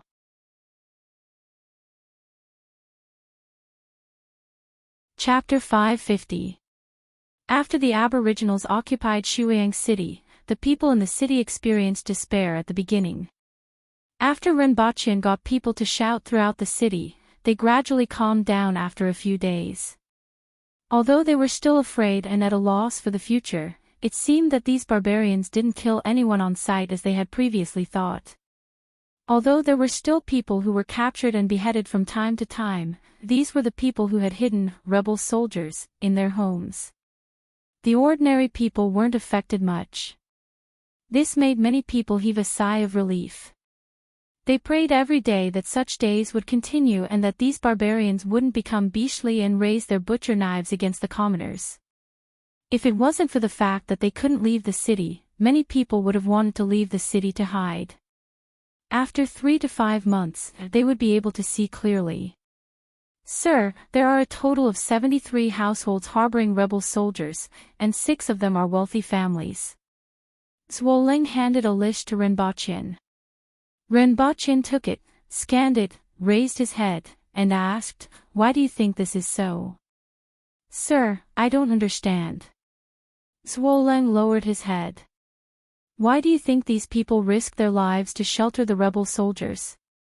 Unless they are close relatives, it would be very difficult for them to do so, right? But if they were close relatives, why did these hidden rebel soldiers stay there even though they knew that doing so would implicate those who protected them? Some of them would rather risk their lives to protect others, but the others would rather help their own people risk their lives than give up their lives. From this point, it seems that both parties have the same goal. However, I'm very curious about what these 2 types of people are thinking," Renbochin said faintly. Zhuoleng opened his mouth. At first, he thought that this was an easy question to answer. Because they were close relatives, they were sheltered. But as Renbochin spoke, he began to be puzzled. Right, why would those people risk their lives and not give up their lives to come out? "Sir, I also don't understand," Zhuoleng said. "Is that so? One side is thinking for the people of the other side, while the other side is only thinking for themselves." Renbochin laughed. "Let's go and take a look." Renbochin stood up. A moment later, Renbochin left the residence with 20 bodyguards. There were a few baihu and dozens of tiki leading the way in front. Among them, there was even a strong man who was familiar with this place. Zhuolang! Ren Baqian shouted. Zhuolang immediately steered his mount to the back of Ren Baqian. Have you arranged everything? Arrest them one by one. Don't let some of them run away after hearing the news, Ren Baqian said. Sir, everything has been arranged. They won't be able to escape, Zhuolang immediately guaranteed. Lead the way. The horses galloped on the stone road, and the crisp sound of hooves could be heard. A few commoners who had no choice but to come out of their houses saw them from afar, and they shivered and hid at the side. Ren Baqian sat on his mount and looked to both sides. Occasionally, he could see figures appearing by the window or the door, looking at them with fear. The feeling of being feared could not be said to be good or bad. There wasn't much sense of accomplishment, but it wasn't too disgusting either. After walking for an hour in the city, they arrived at a civilian area and stopped in front of an alley. The baihu led the tiki and rushed into the alley. Finally, they smashed open the doors of each house. The noise and 2 screams could be heard from afar. After a while, 4 people were escorted in front of Ren Baqian. A few of them stayed behind to guard the place while the others went straight into the distance to continue the arrest. 2 of them looked to be in their 40s. They were a man and a woman in tattered clothes, and they gave off the vibe of old age. Generally, people like them looked much older than they actually were. Life had already dragged them down. The other 2 were 16 or 17 years old youths who were full of youthful vigor. At this moment, the 4 of them had a knife on their necks. They looked up at Ren Baqian with fear. Many people in the surrounding houses were spying on them in the dark. They were like rats in the sewers and didn't dare to show their heads. Sir, spare us, sir. Ren Baqian ignored the cries of the people below him, turned around, and asked Zhuolang, which one is the rebel? The 2 younger ones, Zhuolang replied after turning around and asking a few questions. A few days ago, I sent someone to shout. Did you all hear it? Why are you harboring the rebel? Ren Baqian looked down at them from his mount and asked. Sir, spare us. Xiaoxi is immature and has never done anything bad. The middle-aged man and woman immediately begged for mercy. I said, why are you harboring the rebel? Ren Baqian repeated. That's our child. The 2 of them immediately fell to the ground and cried. Is Xiaoxi your child? What about the other one? Ren Baqian asked softly. It was natural for parents to protect their children, but unfortunately, this child didn't live up to expectations. The 2 of them were so overwhelmed with fear that they couldn't make a sound. After being reminded by the knife on their necks, they cried and said, he was the one who brought him back. Who's Xiaoxi? Ren Baqian looked down at the 2 young men. Did you hear what I sent someone to shout? Ren Baqian asked. The young man was terrified. His body trembled, and he couldn't say a word. Tell him that he has to answer what I said. Ren Baqian said. One of the tiki immediately kicked Xiaoxi, causing him to spit out a mouthful of blood. Did you hear that? Yes. Yes, why aren't you coming out? When you joined the rebel army, you were already prepared to die. Why would you rather drag your family of 3 to death than come out? Speak. Following Ren Baqian's shout, the young man's head was hit by the hilt of the knife again, and his head was bleeding. I'm scared. Is this the rebel army? Is this the so-called rebel army? Ren Baqian chuckled, and his voice was full of mockery. When you were bewitched by others, you became hot-blooded and wanted to shed your blood for the people of the world. However, when things came to a head, you would rather drag your entire family to death and even bring along a good comrade? It seems like you're quite loyal, but the price is the lives of your parents. If you want to kill me, then kill me, the other young man roared angrily. Well, you're very strong-willed. If you were strong-willed, you would have died in battle long ago. At the very least, you should have committed suicide in their house. They would then drag your body out and say that a rebel army broke into their house and killed you. This way, you might have been able to escape with your life. However, you didn't do that. Instead, you retreated at the critical moment and enjoyed the protection that others gave you at the cost of their lives. Renbachian's face was full of sarcasm. You evil ghost. Evil ghost. The young man couldn't bear the meaning behind Renbachian's words and frantically tried to pounce on Renbachian. However, he was stepped on by someone. Renbachian raised his head and asked, "Did you see what kind of people these people are?" "I saw them, sir. Selfish, cowardly, and ignorant. Such people are the rebels." Renbachian chuckled. Like a demon, his voice was full of malice and mockery and spread to the ears of the surrounding people who were covering their mouths and peeping carefully. "Kill them," Renbachian said coldly after laughing. A few weapons were immediately inserted into the bodies of these people. "Let's go and take a look at the next one," Renbachian said. The group of people left on their mounts. After a long time, some people came out of their houses to look at the corpses lying in a pool of blood. All of them looked dejected. After spending half a day, Renbachian had seen the same show 7 or 8 times. There were various reasons, but the final result was the same. Renbachian finally lost interest and went back with the guards, leaving the people from the rearguard commandery to continue the arrest. On the way, the guard scratched his head and said, "Sir, I still don't understand why you did this." You actually know how to use your brain to think about why." Renbachian turned his head and looked at the guard in surprise. "I always feel that people can't understand the way you do things, and it's the same this time." "I thought about it and really didn't expect it," the guard said. "Very good. Knowing how to use your brain is the first step for you to evolve from a monkey to a human."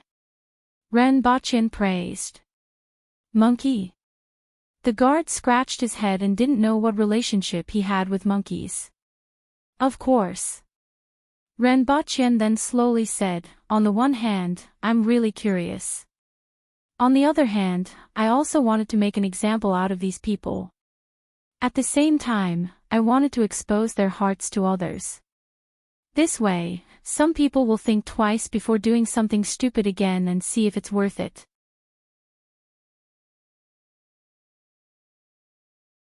Chapter 551. Sirs, please take care of Shuiyang City. Renbachian cupped his fists at Sui Qing and Qingyun's sword. "The two of us can't stop the army," the two of them said. "No problem. Her Majesty will leave 1,000 soldiers here to guard. You just have to be careful not to let the local experts take advantage of the loopholes," Renbachian said. There were 3 most important cities in the Three Rivers Valley. One was Shuiyang City, the other was Yoshin City where Tai Zai was, and the last was Chun City where Rao Yu was. Shuiyang City faced the Wang estuary, Yoshin City faced the Ghost Ridge in the northwest, and Chun City was in the south. The 3 cities supported each other. In particular, Shuiyang City was the most important city in between the 2 cities. Originally, the rebel army was going to delay the aboriginal army in Shuiyang City. When the other 2 cities arrived, the aboriginals would be attacked from 3 sides. However, they didn't expect that Shuiyang City would be breached in just one night. Xia Kuan was defeated and escaped with tens of thousands of soldiers. At this time, the Empress was preparing to attack Yoshin City in the northwest because it was the only way to threaten the aboriginals' food supply. However, she was worried that Rao Yu would take advantage of this opportunity to attack, so she left 1,000 soldiers in Shuiyang City. Renbachian also asked Sui Qing and Qingyun's sword to guard the city. It was impossible for them to attack the city, but it was still possible for them to guard the city, and they didn't refuse. 1,000 Aboriginal soldiers were enough to be used as 10,000 soldiers. Moreover, they were guarding the city. Even if they were attacked, they could hold out for 2 days. Instead, they had to be careful of the enemy expert's surprise attacks. There wasn't much difference between a spirit will expert killing a will expert and an ordinary person. Killing 1,000 was definitely much easier than killing 10,000. I'll leave that sleeping fellow to you. If the enemy experts are difficult to deal with, call her. Renbochin took out a bag of white rabbit creamy candy and threw it to Zhuoqing. Just give this to her when the time comes. Renbochin now trusted Zhuoqing more than Qingyun's sword. Zhuoqing wasn't as idealistic as Qingyun's sword. The Lingshan sect was his root. Now, other than Zhuoqing and sect master Su Xing, there were only a few people left in the Soul Mountain sect. The rest had all entered the rearguard commandery. On the other hand, even though Qingyun's sword was the first to surrender, he had too many thoughts and misgivings. As a result, he was always restrained. Even when Renbochin forced him to do a few things, he was still unable to act freely. This made Renbochin somewhat dissatisfied. After chatting with them for a while, Renbochin let them leave. The two of them walked out of the house side by side. Zhuoqingkai said lightly, "What are you hesitating for? Being overcautious and indecisive won't accomplish anything." After he finished speaking, he did not look at Qingyun's sword's reaction and walked along the stone path, disappearing into the crowd in just a few steps. Qingyun's sword stood there in a daze for a long time before heading in another direction. Not long after the two of them left, Renbochin followed the Empress's carriage out of the west gate under the escort of the army and headed northwest. "How long do you think it will take for Rao Yu to come?" the Empress asked faintly as she reclined on the animal skin and ate some fruits. "When we arrive at Yoshin City. The general guarding the city is Hongqing. As the saying goes, like father, like son, I believe he will be able to defend the city.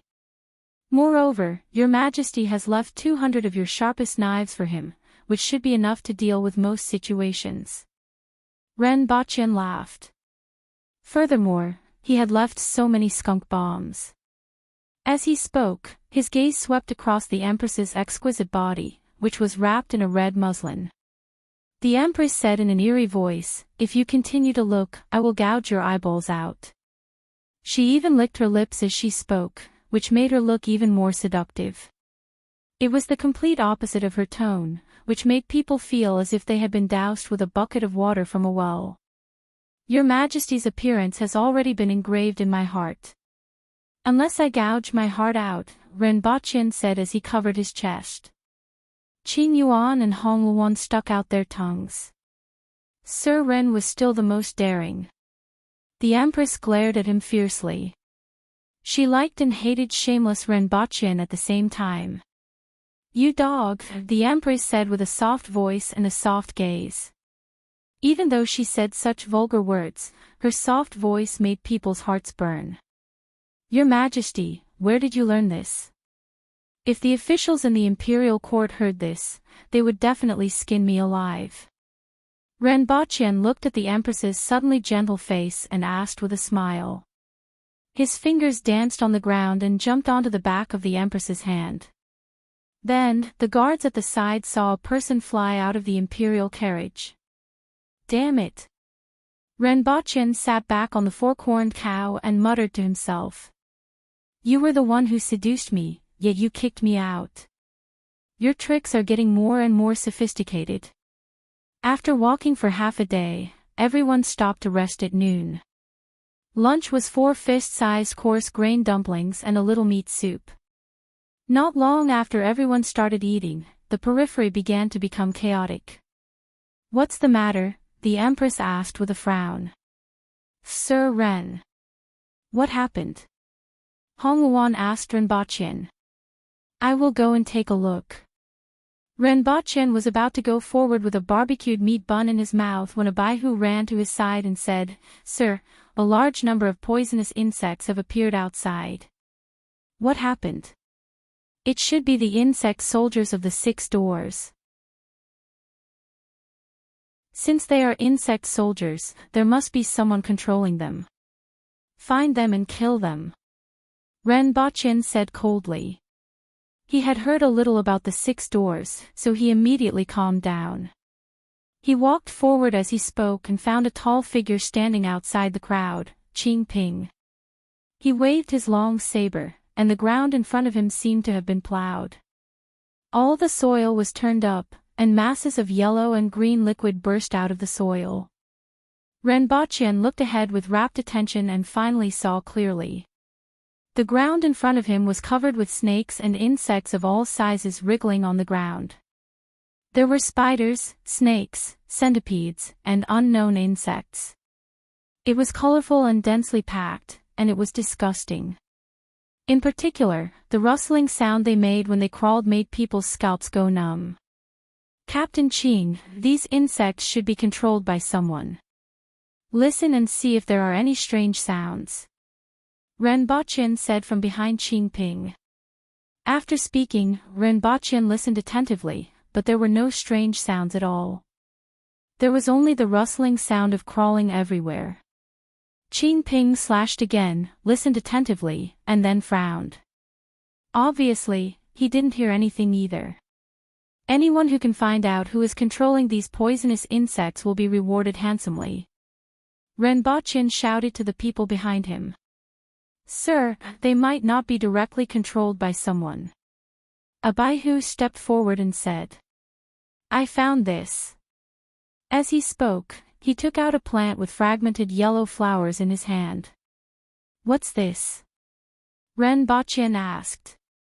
This is a ginger flower. There's nothing special about it, but if it's sprinkled with a special powder, it can emit a smell that many poisonous insects like. The ginger flower that we found in our resting spot had been sprinkled with this powder. In other words, these snakes and insects weren't controlled by someone to attack us, but we blocked their way. How do you know all this? Ren Baqin asked. When I was in the south back then, I coincidentally learned about some miscellaneous methods, the Baihu said. How did they know that we would rest here? Who found this place? Ren Baqin asked with cold eyes. Sir, they might not have known where we would rest. This type of ginger flower is very common. If I were to do it, I would just need to sprinkle the powder on the ginger flowers in every spacious place that is suitable for setting up camp and resting. When the army rested, they would release the insects from a distance, and they would naturally come to us. If one didn't know, it would be easy to think that these snakes and insects were being controlled to come to us. Well done. Ren Baqin patted his shoulder and praised him. In other words, as long as we retreat, everything will be fine, right? Yes. Everyone, retreat to the road. Carefully check if there are any small red flowers on the ground, Shi Wanya, who had just arrived, shouted after hearing this. After a while, everyone returned to the road and found that there were many such small flowers at the edge of the road. There were even some that had been thrown to the ground in the middle of the road. These things weren't easy to attract attention. If it weren't for that Baihu, they would have suffered quite a bit. After burying the ginger flowers that had been thrown on the road, the snakes and insects stopped advancing when they reached the roadside. Instead, they surrounded the ginger flowers and crawled up and down. Finally, they gathered into a group of insects, which made people's scalps go numb. What's your name? Ren Baqin called the Baihu over and asked. Sir, I'm Yu Kaiyang. As I said just now, if the person controlling the snakes and insects is caught, you will be rewarded handsomely. Even though you didn't catch the person controlling the snakes and insects, you have made a great contribution. Take note that Yu Kaiyang will be promoted by 2 ranks and will be promoted to a Baihu. Thank you, sir. Yu Kaiyang said happily. Well done. Ren Baqin was very satisfied. Well done. A burly voice came from the side. Ren Baqin turned his head and saw Shi Wanya nodding at him. Thank you for your praise, Sir and Protector General. Yu Kaiyang said. You may leave. I'll get someone to send the token to you later. As for the warrant, I'll make it up in the future, Renbochin said. After Yu Kaiyang left, Renbochin turned to Shiwanya and said, It seems like we really have to be more careful along the way. I heard that in addition to the insect soldiers, the 6 doors also have monkey soldiers and elephant soldiers, which are very difficult to deal with. As soon as Renbochin finished speaking, he felt the ground begin to shake. The source of the shaking was in front of them. This shaking seems like a large number of cavalrymen are attacking in this direction. The rebel army definitely wouldn't dare to face them head-on. Since they aren't cavalrymen, it seems like they are elephant soldiers. Renbochin, who had just seen the insect soldiers, suddenly had this thought. Since the insect soldiers had appeared, it was reasonable for the elephant soldiers to appear as well. If he and the others didn't notice the problem with the first wave of attacks with the insects, he was afraid that some people would be injured. However, they would eventually realize that the attacks on the road were relatively less and retreat here. After that, the elephant soldiers would charge over. If everyone blocked the path of the elephant soldiers, they would definitely suffer heavy losses. If they entered the bushes on both sides, they would become food for the insects. The other party's plan was really good. Renbochin looked forward as he thought about it. He then saw the behemoths, which were up to 6 meters tall and had tusks that were more than 3 meters long, charging in this direction.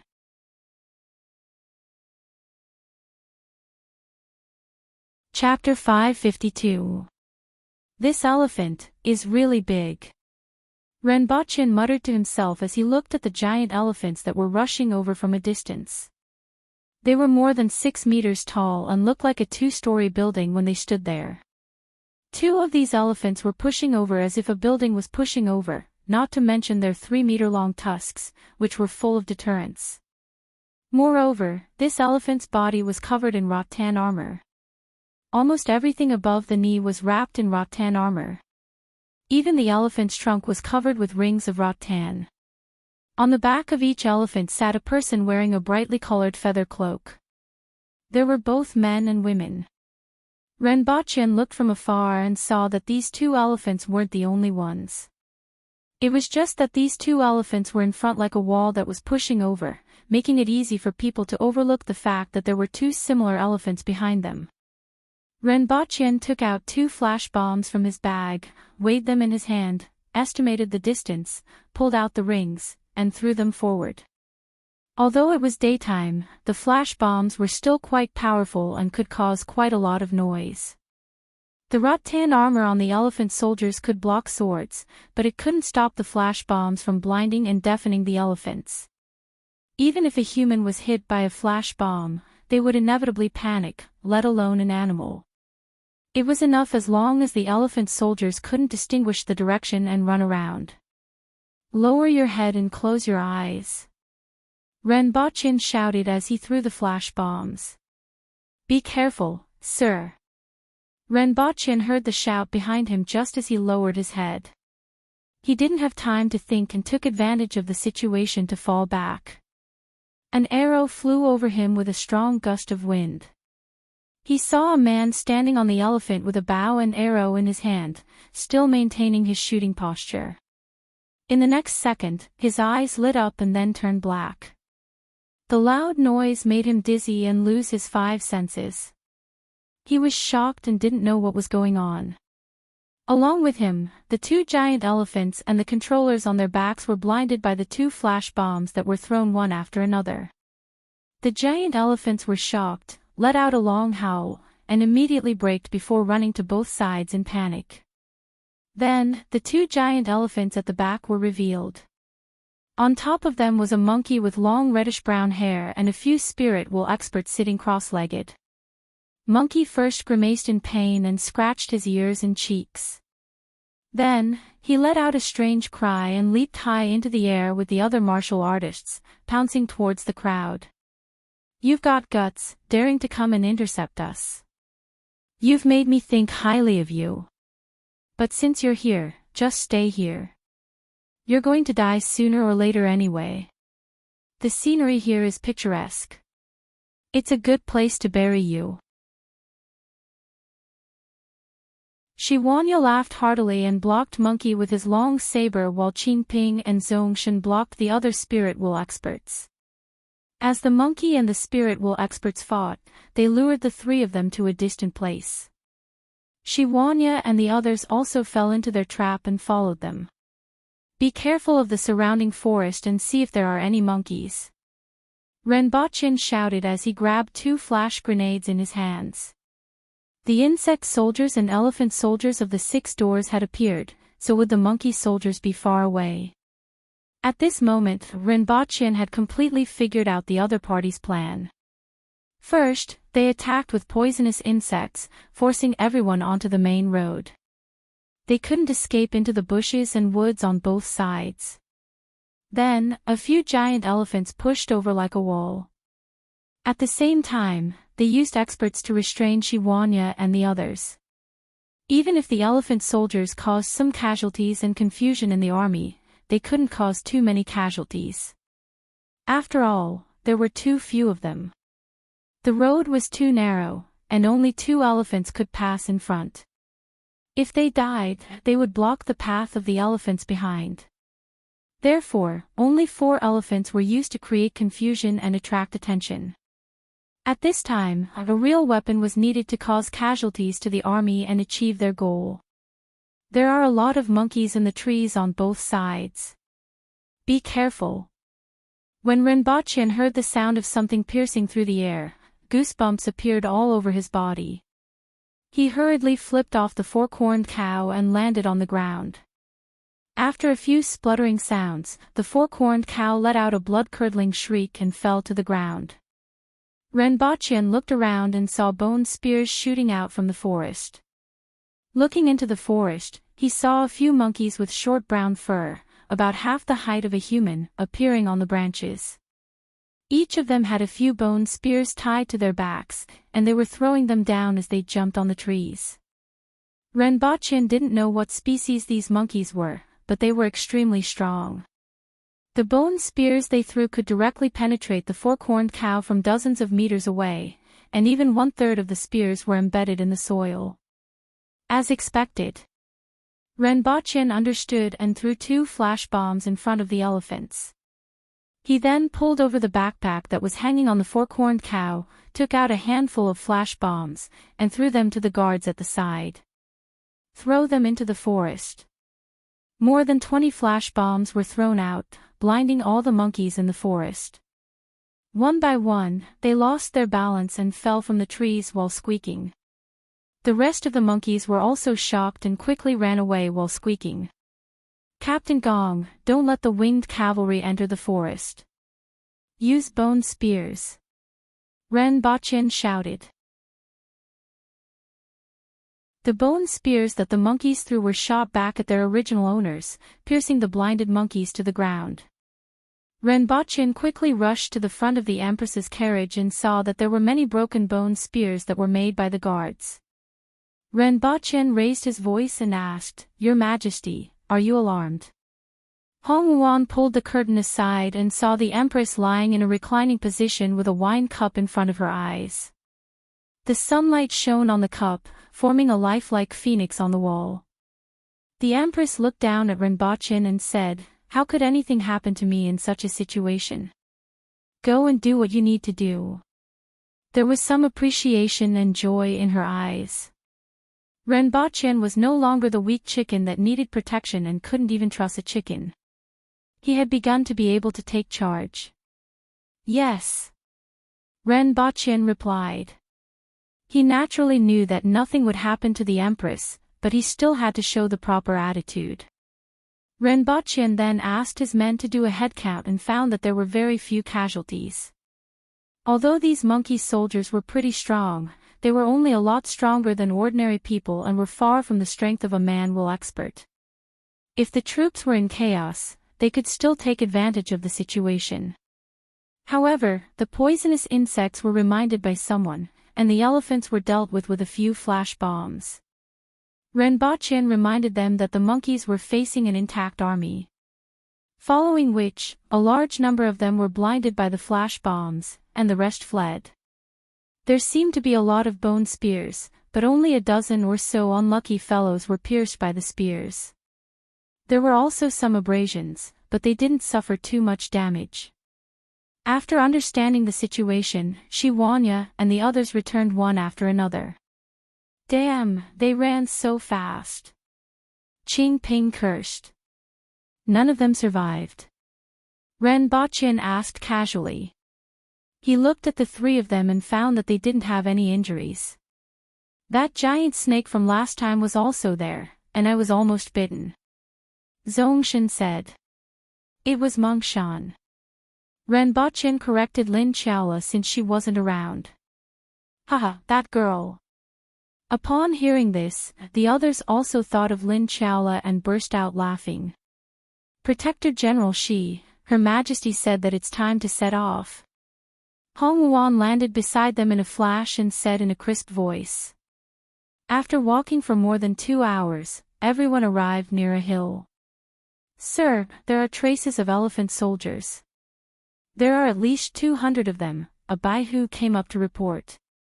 Ren Bachin followed the Baihu to the back of the hill and saw a large area of messy footprints. It seemed that they had stayed here not long ago and were ready to launch a surprise attack when everyone arrived nearby. However, the army in the forest was almost unscathed, so these elephant soldiers had no choice but to retreat. Ren Bachin looked at the traces and pondered.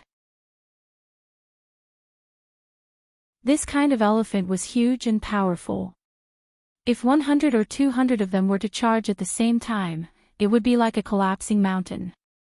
If the two armies were to confront each other, with these elephant soldiers as the vanguard and the main army following behind, the aboriginals would suffer heavy losses even if they won. Fortunately, he had a lot of flash bombs on hand, which were enough to restrain these elephants. However, after eliminating the 6 doors in the future, he would have to get his hands on their method of nurturing elephant soldiers.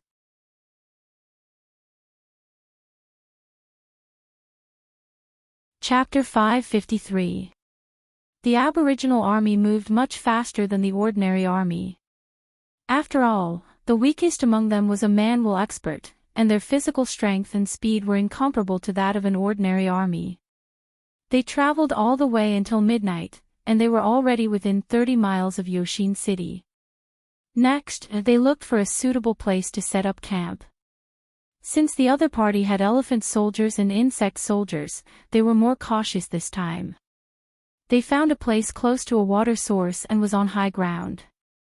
Then, they cut down all the sparse trees in the surrounding area, and everything within 4 to 5 kilometers could be seen at a glance. After setting up camp, everyone took the opportunity to rest. 2 hours later, the sky began to brighten. More than 10 kilometers away from where they set up camp, a small, inconspicuous city stood there. They only set up camp and rest at dawn. We should go out of the city to fight. A valiant-looking young man said as he looked into the distance. This person was the chief of the North Alliance, Tai Zai. He was frowning and holding his breath. Mr. Bu, please send the elephant soldiers to help us. Chief Tai, we don't know what they used to blind people. If they still have this thing, our elephant soldiers won't be of much use. Mr. Bu, who was wearing a colorful feather shawl, spoke up. His expression was similar to Tai Zai's. If it's a night battle or a city defense battle, the elephant soldiers won't be useful. The thing in their hands is even more powerful at night. Xia Kun, who was in a slightly sorry state, said. His expression wasn't much different from the two people in front of him. I have already told you the details of the battle in Shuiyang City. Shuiyang City was defeated because we didn't expect the other party to have such a thing, and we lost the city wall almost instantly. In my opinion, the other party only set up camp near dawn and is preparing for another night attack tonight. What the chief said is highly possible. Tai Zai nodded in agreement. Otherwise, the army could usually set up camp and rest in the evening. Now, they had traveled until late at night and only rested when it was close to dawn. With the speed of the Aboriginals, they could cover a distance of more than 10 kilometers in less than 4 hours. After resting for a while, they could attack the city. Presumably, the other party had this in mind. If you fight during the day, let's not talk about whether the other party will accept the challenge. As long as they send troops to kill you when you return to the city at night, so what? You will definitely lose. Mr. Ning said as he waved his fan nearby. Now, he could only wave the fan to blow away the smell on his body so that he wouldn't feel so smelly. However, that suffocating smell continued to bore into the noses of the others. If it had been someone else, the three of them would have chopped them up and buried them 5 meters underground. What do you think, Mr. Ning? Tai Zai couldn't help but cover his nose, but it didn't improve much. We'll wait for them in the city tonight, and we'll set fire everywhere. Once they are lured into the depths of the city, we will set fire to the city. Mr. Ning said. The three of them were shocked. What about the people in the city? When the time comes, the commoners will scatter and flee in all directions, which will also hinder their movements. The best outcome would naturally be for everyone in the city to die with the barbarians. As far as I know, this city originally had a population of 120,000, but now there are only 100,000. Whether it's worth it for 100,000 people to perish together with 10,000 barbarians, that's up to you. At the very least, in a normal battle, an army of 100,000 would not be a match for those 10,000 barbarians. Mr. Ning's awe-inspiring words made Tai Zai's entire body turn cold. Everyone was silent for a moment, and Xia Kuan was the first to speak.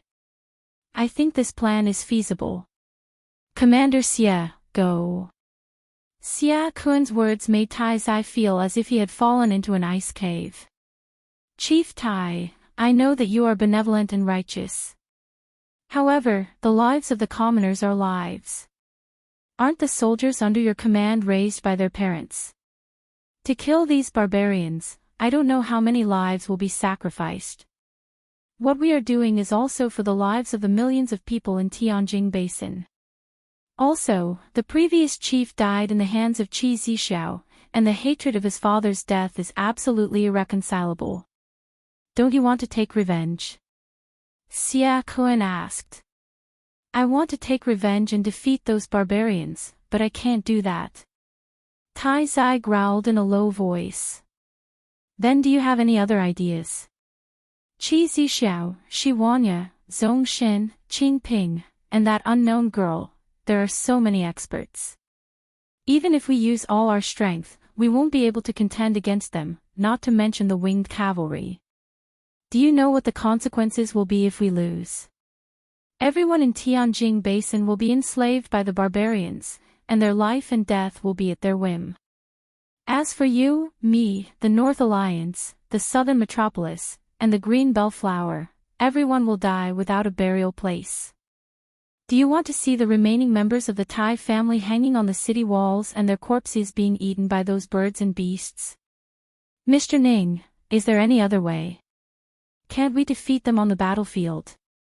Tai Zai raised his head and looked at Mr. Ning. Chief Tai, aren't you clear on whether or not we can defeat them on the battlefield? The Aboriginals aren't good at strategy and production. They don't have any equipment, but with less than 100,000 soldiers, they were able to suppress Great Xia, the Yun Nation, and the Qin Nation.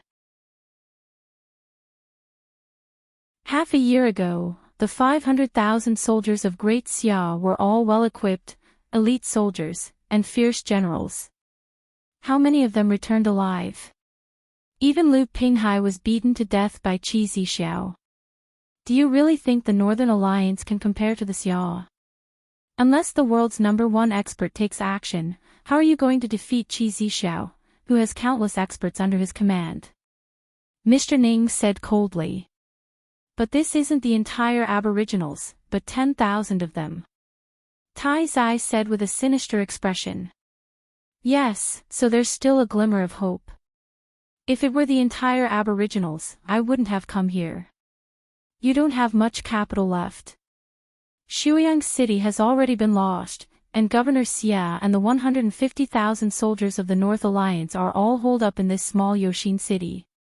If you lose again, you won't have another chance. Mr. Ning laughed. The rebels are like the setting sun, displaying everything they have before sinking into the darkness, Ren Bachin said as he looked up at the setting sun. Previously, I saw the 6 doors lead the beast soldiers to attack. Although they were repelled, it was only because the difference in strength between the two sides was too great. In addition, the sword of victory was always on our side. I thought that the rebels would attack first, but I didn't expect them to be holed up in Yoshin City. Ren Bachin turned his head and smiled at the Empress. Why are you speaking so strangely today? The Empress looked up at him. No, I'm just sighing with emotion. Ren Bachin laughed. Where's the poem? I'm still waiting for it. The Empress lazily reclined there, stroked her cheek with her finger, and looked at Ren Bachin. The rebels are like the setting sun. Before sinking into the darkness, they display everything they have for the last time. This is a modern poem. It's very popular on Earth. Ren Bachin laughed heartily. The Empress's mouth twitched as she turned her head and said, Qing Yuan, inform Shiwanya to hurry up and have a meal. We will set off when the sun has completely set. At night, the moon rose above the treetops. The city walls of Yoshin City were brightly lit, and the shadows of people could be seen. Countless people with longbows in their hands widened their eyes as they looked at the army gradually emerging from the darkness. Palm-sized cylinders were suddenly thrown out from the darkness. Be careful. Bang! Beams of white light suddenly exploded in front of everyone. The people on top of the city walls suddenly panicked, and it was unknown how many people were blinded. Don't panic. Take 7 steps back. Back row, forward. Following this voice, the people who were blinded retreated 7 steps back in fear and stuck tightly to the wall. The group of people behind them immediately drew their bows and shot downward. However, another batch of flash grenades flew into the air and exploded. Subsequently, hundreds of grenades were thrown to the top of the city wall. Boom! Boom! Sir Ren, these things of yours are indeed very useful, Shiwanya praised. Whether it was flash grenades or grenades, the Aboriginals could easily break the enemy's battle formation with these. If we can get our hands on nuclear weapons, this world will be peaceful. Ren Bachin laughed. What's that? Shiwanya asked. They have occupied the top of the city wall. Protector General, it's time to get ready to enter the city. Ren Bachin looked at the top of the city wall in the distance and laughed. Everyone, set off. Leave none of the rebels alive. Shiwanya shouted.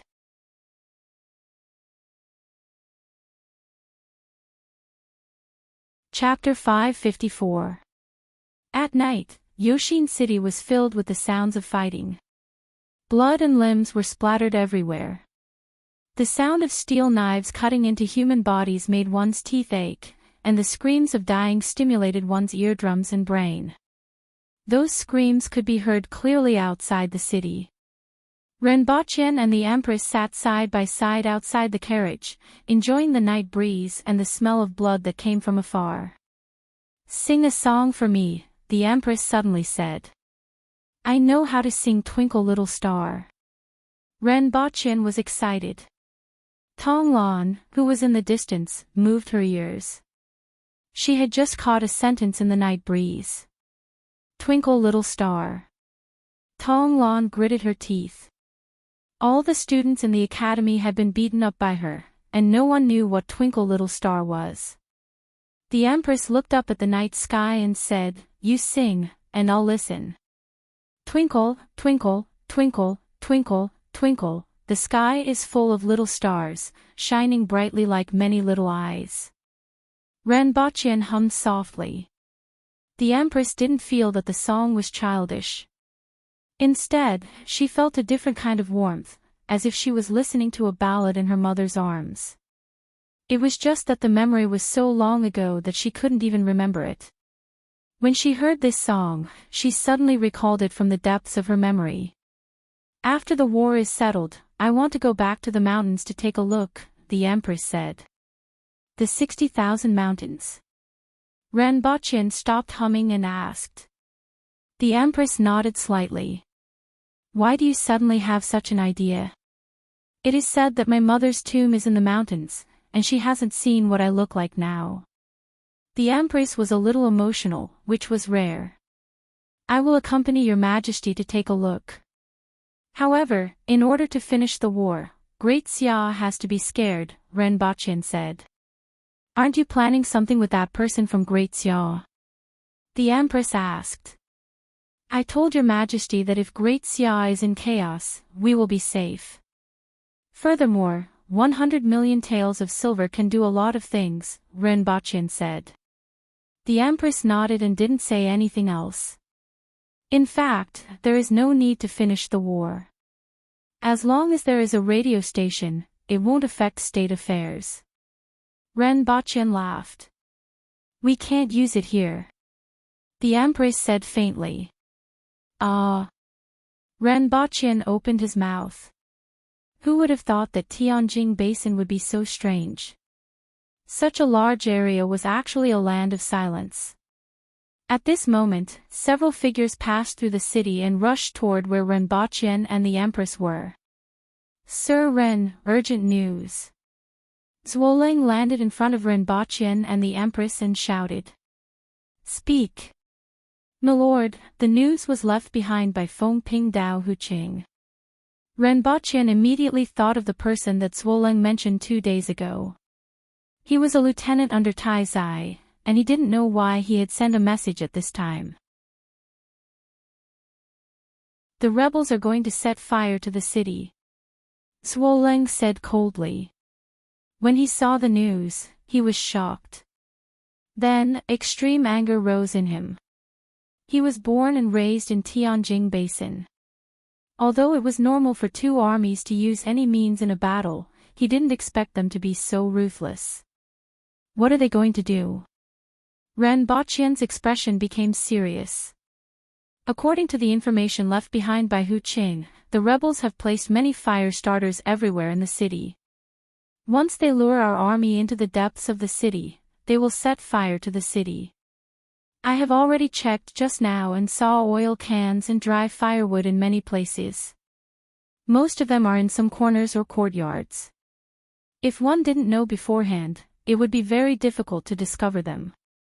Sir, most of the houses in Yoshin City are made of wood. Once the fire starts, it will be difficult to control. Not only will our army suffer heavy casualties, but even the people in the city will have a hard time escaping. The oil cans here were filled with animal fat. Didn't the people in the city evacuate first? Renbochin was a little surprised. No, otherwise, they would have realized something was wrong the moment they entered the city. They are really ruthless and vicious. Renbochin suddenly laughed coldly. A cornered dog will do something desperate. These rebels are really crazy to want hundreds of thousands of people in the city to be buried with them. Sir, what should we do? Zhuolang asked. Pass down my order. Everyone from the protectorate will first take away the oil cans on both sides of the main road, pile the firewood together, and leave someone to guard it to ensure that the army is safe when they evacuate. After that, use the main road as the axis and spread out in all directions, mainly searching for the oil cans, Renbochin said in a deep voice. In a city like this, most people didn't die from being burned to death, but from suffocation due to the smoke. Even if they weren't burned, they would still die from inhaling large amounts of carbon monoxide, hypoxia, and other reasons. As long as the main road was safe, they could at least buy some time for the army to evacuate. After that, they would take away the oil cans in other places. Without the oil cans, even if the fire started, it wouldn't be difficult to clean up immediately. Yes. Your Majesty, what do you think? Ranbachian turned his head and asked. Inform the winged cavalry to block the other 3 city gates and trap the rebels in the city, the Empress said coldly. Originally, in order to reduce casualties, they planned to leave 2 gates for the rebels to escape and then pursue them all the way. Now, the Empress had changed her mind. Your Majesty, if that's the case, I'm afraid that they won't burn the city. Instead, they will fight with their lives on the line, and I'm afraid that there will be more casualties in the end. Why don't we wait for them to start the fire before blocking the other 3 city gates? Ranbachian said coldly. You reap what you sow. Originally, I didn't think of doing this, but since they want to set the city on fire, they can't blame anyone else. Let them perish together with Yoshin City. Sir, then the commoners in the city. Even though Zhuoleng's name was cold, he was warm-hearted. After hearing Ranbachian's words, he quivered. Inform Protector General Shi of this matter and ask him to reduce the intensity of the attack. Delay for time and strengthen the attack after most of the oil cans in the south of the city have been transported away. As for the commoners, when the time comes, get someone to lead the commoners in the other 3 directions to escape from the south of the city. How many of them can escape will depend on their fate. Zhuoleng was very grateful after hearing this arrangement. He didn't expect the 3 local powers to burn the city and let the hundreds of thousands of commoners die in the sea of fire just to prevent the aboriginal army from discovering the problem in advance. However, Ranbachian, who always gave him the impression that he was a ruthless superior, actually gave the commoners a way out. Even though this would inevitably result in a lot of casualties, it could be said that countless people had already survived. Relay these words to Protector General Shi. Get people to keep an eye on the movements of the rebels from high ground. If they discover that the 3 gates are impassable after the fire starts and a large number of soldiers want to break through the south gate, intercept them immediately. As for you guys, after leading the commoners to escape to the south of the city, roam the city and kill small groups of rebels. Understood, sir, Zhuoleng replied. Regret.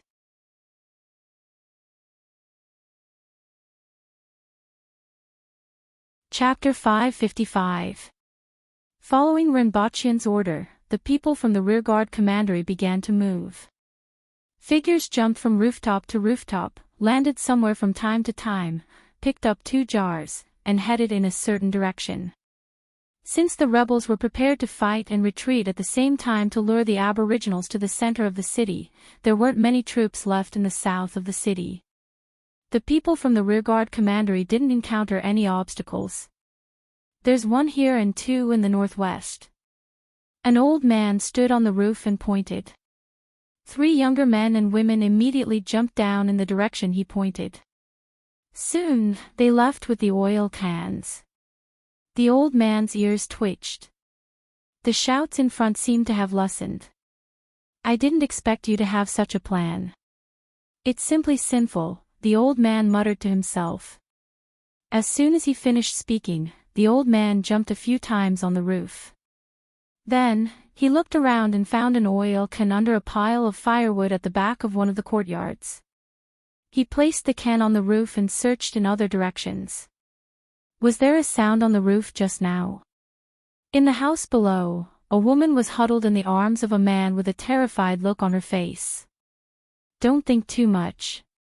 The man forced himself to calm down and said, even if the sky is overturned outside, we will be fine as long as we hide in the house. Although he said this, his face was deathly pale. As time passed, Shiwanya stood on the roof and looked at the slow advance in front of him. His eyes were like an eagle's as he scanned the distance from time to time. His gaze seemed to be able to penetrate the darkness and see the people moving in the dark.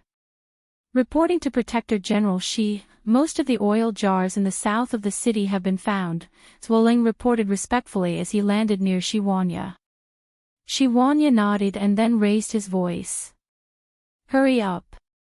I hope that by daybreak, there will only be corpses left in the city. Kill. As Shiwanya's voice spread out in the night, the shouts suddenly became louder. In an inconspicuous house in the west of the city, the windows were wide open, and there wasn't any light coming out of the room. Only with the help of the moonlight could a few figures be seen sitting in the room. Mr. Ning tilted his head and listened in the distance. Their attack has intensified again. Tai Zai's face was ashen and he remained silent. Based on this intensity, it will take about an hour to reach the city lord's mansion. Let the fire start from the city lord's mansion. With the power of a prairie fire, it will burn the entire city. Mr. Ning revealed a smile.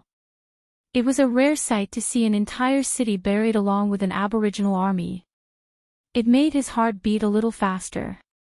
When they attack the city lord's mansion, we will retreat, Xia Kun said. It's a pity that we can't watch such a scene in the city, Mr. Ning said with some regret. Mr. Ning. Tai Zai suddenly spoke. Alliance Master Tai, what's the matter? Mr. Ning turned to look at him. However, he only saw a snow-white light in the darkness, causing his pupils to rapidly dilate. Clang! The sound of swords clashing rang out. Are you crazy? Xia Kun blocked Tai Zai's sword with his long saber, his face full of disbelief. You want to kill me? Mr. Ning was also surprised. Regardless of the outcome of this battle, he's already useless. If we win, the ancient race will be defeated and will no longer be able to stop us. There's no point in keeping this person alive. If we lose, even if we escape, we will no longer be able to contend against the ancient race. There's no point in keeping this person alive. Tai Zai had a crazed look on his face as he growled, let him accompany the commoners in this city and die together. Ha ha ha ha ha. Mr. Ning convulsed with laughter. I'm only the one who came up with the plan, but you are the one who actually implemented it. Now, you can't bear the sin in your heart and want to put the blame on me. You've deceived yourself to this extent. You don't even have the slightest bit of responsibility. How are you going to lead the Northern Alliance? That's right, you are deceiving yourself. Xia Kun's face was ashen as he growled, do you think this battle is over? What happens after that? Who will divert the energy of the aboriginals? Where will we get weapons? We can send more people to the Yun Nation or even Great Xia. No one will know how he died. Even if they knew, they wouldn't care as long as we are still of value. In order to exterminate the aboriginals, I will have no face to lead the Northern Alliance after this battle. Tai Zai said. What do you mean? Xia Kun was shocked again. Tianjing Basin doesn't need 3 factions. As long as you can settle the Green Bellflower, you can become the ruler of Tianjing Basin. The 3 factions have been fighting for decades, and it's time to end it, Tai Zai said coldly. My last request is to kill him. Tai Zai glanced at Mr. Ning. Mr. Ning's expression changed. Don't forget that you were the one who gave the order. You are right about one thing. It's not a loss to exchange the lives of this city's commoners for the lives of 10,000 barbarians. However, these commoners will be under the rule of the Northern Alliance for generations to come. Therefore, I will die with you and the people of Yoshin City. Tai Zai's eyes were filled with madness. You are crazy, you are really crazy. Mr. Ning shouted. You are crazy. Xia Kun also said, although he was the one who proposed the plan, you were the one who gave the order. Now, you want to kill him. Although I don't know why you are crazy, I don't want to stop you. As Xia Kun spoke, he suddenly loosened his grip, and Tai Zai's sword pierced into Mr. Ning's chest like a dragon. Hee hee, hee hee. Mr. Ning hugged the sword in his chest and laughed bitterly. What a pitiful person. He then fell to the ground. Do you know that I once thought of dragging you to death with me? However, Tianjing Basin needs a leader, and that woman, Rao Yu, can't do it. Tai Zai looked at Xia Kuan and sneered. He pulled out his sword and strode out of the room. Mr. Ning, you know that I can't refuse. Xia Kuan sheathed his sword and lowered his head. Hee hee. A bunch of wishful thinking people. Mr. Ning muttered to himself as he spat out blood. Wishful thinking. Maybe. How would you know if you don't try? Xia Kuan laughed. Tai Zai looked at the blood-stained sword in his hand in the courtyard and remained silent. A man in black landed beside him and said, Sir, there are many martial artists traversing the rooftops in the city. It seems like they are looking for something. It seems like they have discovered it. In that case, pass down the order and let's begin. Tai Zai finished speaking and strode out of the courtyard.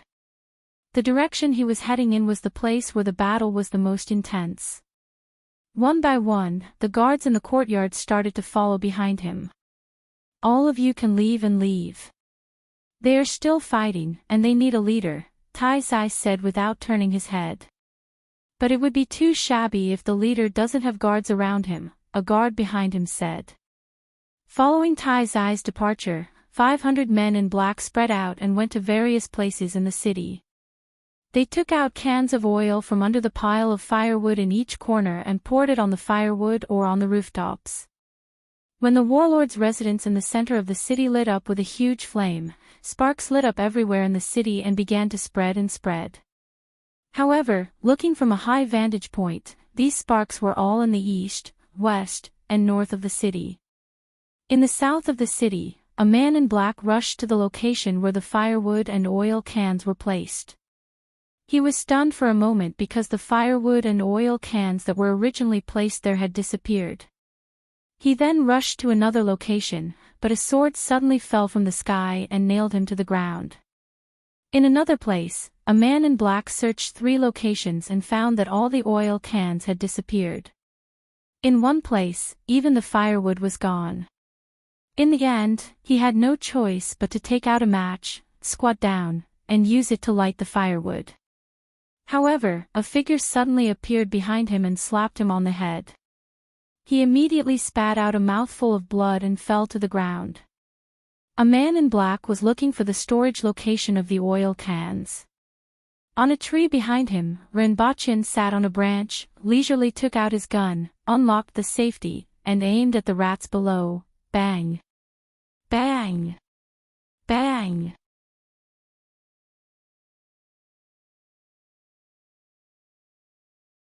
Chapter 556. Boom!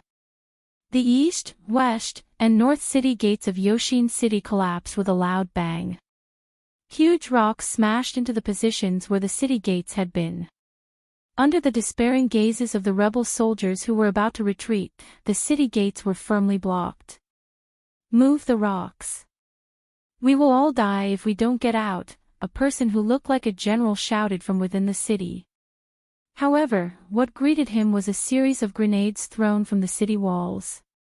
At this time, the fire and blood were intertwined in Yoshin City, and the sounds of killing were still incessant. More than half of the city was engulfed in flames. Countless people who were hiding in their homes were driven out by the fire or engulfed by the flames. The thick smoke forced people to cover their mouths, lower their bodies, and flee in panic. The commoners were like fish in a net. Everywhere they looked, there were flames. It was as if the entire city had fallen into a sea of fire. This made them even more panicked. Most of them subconsciously ran in the direction of the nearest city gate. Run to the south of the city. There's no fire there. A voice came from an unknown location, causing many of the panicking commoners to subconsciously run toward the south of the city. The flow of people led to even more people. People tended to follow the crowd, especially during such a disaster. Figures stood on the roofs of houses outside the line of fire, looking down at the panicking commoners in the dark. From time to time, the glow of weapons would flash, followed by the blood-curdling screams of people dying. Some of the rebel soldiers who were squeezed into the crowd spat out blood and fell to the ground. The Empress stood at the top of the city gate and looked down at the city that had fallen into a sea of fire. Renbochin was half a body behind her. "Your Majesty, sir, the refugees are surging over," Zhuoling said in a deep voice as he landed 10 meters away from them. "Open the city gate. Let them leave the city and send someone with a loud voice to tell them who started the fire," Renbochin said. At this time, he could already see the surging crowd below squeezing toward the city gate. Even though it could be considered safe once they reached the south of the city, most of the commoners in the entire city were rushing toward this area. It was already overcrowded, and the crowd was pushing and shoving toward the city gate. Trampling, violence, and all kinds of other things were happening almost all the time. Qing Ping landed in front of the Empress and reported with a head in his hand, "Your Majesty, one of the traitors, Tai Zai, has been beheaded." "Got it." The Empress didn't even look at them. She turned to Renbochin and said, "Even if these people manage to escape today, they won't be able to hold on until the rations are distributed. Your Majesty, please issue a decree to transfer food and kanji from Shuiyang and the other cities to help them. When you distribute the kanji, tell them who gave them the food. The people who escaped here will definitely remember your Majesty's kindness." Renbochin thought for a moment and said, "There's no more food in Zhongbei." When the army left, the surplus food was taken away, the Empress said. Although it seemed like she had allowed him to do whatever he wanted recently, it didn't mean that she didn't know anything. "The provisions in Shuiyang City can support us for a few days, but we need the army to return and then transfer the provisions here. It will take at least 3 days. I don't know how many things will happen in these 3 days." "Then what is His Majesty's plan?" "Let the people in the south of the city take out their surplus food and distribute it according to the number of people. It should be able to last for at least a few days. After that, we can transfer food over to ensure that they won't starve to death." As for whether the citizens of the south of the city were willing or not, it was not within her consideration. She was already very kind to make such an arrangement. "Your Majesty, this is the behavior of a wise ruler," Renbochin said. "Do you mean that I was a fatuous ruler in the past?" The Empress turned her head and glanced at him. "How is that possible?" "It's just that your Majesty's wisdom in the past was for the sake of the Aboriginals," Renbochin replied. "I see that you have put in a lot of effort for these people these days." "We can't let them starve to death," the Empress said faintly. At this time, the area below them was in chaos. Countless people were squeezed together, crying and screaming. The Empress released her aura, which was like a mountain suppressing everyone's heart. The people below immediately quieted down. Everyone felt as if their necks were being strangled, and even breathing became difficult. The Empress withdrew her aura without saying a word. The victims below covered their mouths and didn't dare to make a sound. "As expected of your Majesty. Just by your aura alone, you are able to calm these panicking people down," Renbochin praised. "The fire is spreading." The Empress ignored him and looked into the distance. "Guards!" Renbochin raised his head, took a glance, and ordered the guards. "Start from the location near the fire and inform the people in the south of the city to leave their houses with food and leave the city immediately. In addition, let Protector General Shi send some people to maintain order and prevent chaos among the victims outside the city." The two of them stood on top of the city wall until the sky turned bright, and the shouting in the distance became softer. That night, Shi Wanya and the soldiers of the Protectorate of the South gradually retreated with the fire and kept the rebel soldiers who wanted to rush out of the city. The winged cavalry stopped the rebel soldiers who wanted to climb over the city wall and escape. As for the Protectorate, after guiding the civilians and clearing up the scattered soldiers, they were put into maintaining order outside the city. Of the 150,000 rebel soldiers, only a few managed to escape. Other than dying under swords, they were suffocated due to lack of oxygen in the fire. "Your Majesty, it's over," Renbochin said from behind the Empress. The Empress's red figure flashed on the city wall and disappeared as she returned to her carriage. When the Empress left, Renbochin stretched out his hand but grabbed nothing. With his hands behind his back, he leisurely walked down the city wall and could still hear the voices of the people in the distance. "Don't you know who set the oil cans and firewood? Her Majesty saved your lives and gave you a way out. All the food will be distributed according to the number of people. As long as you hold on for a few days, the food from Shuiyang City will keep you from starving." Zhuo Lang. Sir Ren. Organize these people and find some strong young men to extinguish the fire from the periphery. Search the city for valuables and food that hasn't been destroyed, Renbochin said. At this time, most of the people used stone jars to store food. Although some houses had been burned, the food in the stone jars was still edible. In addition, dig a pit outside the city and bury the corpses. This is to prevent an epidemic. Also, arrange for people to check the surroundings of the city to see how many rebel soldiers escaped and which direction they went. After giving instructions, Renbochin stood at the city gate and looked at the civilians who were still in fear and sorrow. He then returned to the side of the Empress's carriage, lay on the ground, and closed his eyes to rest. Not long after, 2 pieces of animal skin were thrown out of the carriage and pasted on his face. "Thank you, Your Majesty." Renbochin happily spread the animal skin under him and fell asleep shortly after. Half a day later, the army returned to Shuiyang City after resting for half a day, except for a few who stayed behind to maintain order. It took them a day and a half to return to Shuiyang City. Before they even entered the city, they smelled blood. After entering the city to understand the situation, Rao Yu led the troops to attack after the army left. The 1,000 Aboriginal soldiers kept the 50,000 rebel soldiers out of the city for 2 days. During this period, Hongqing also drove many strong young men to the top of the city wall to help defend the city. Under the threat of swords and blood, these young men were really useful. This caused the morale of the rebel soldiers to plummet, and Rao Yu had no choice but to retreat with hatred. However, this also caused the people of Shuiyang City to panic again.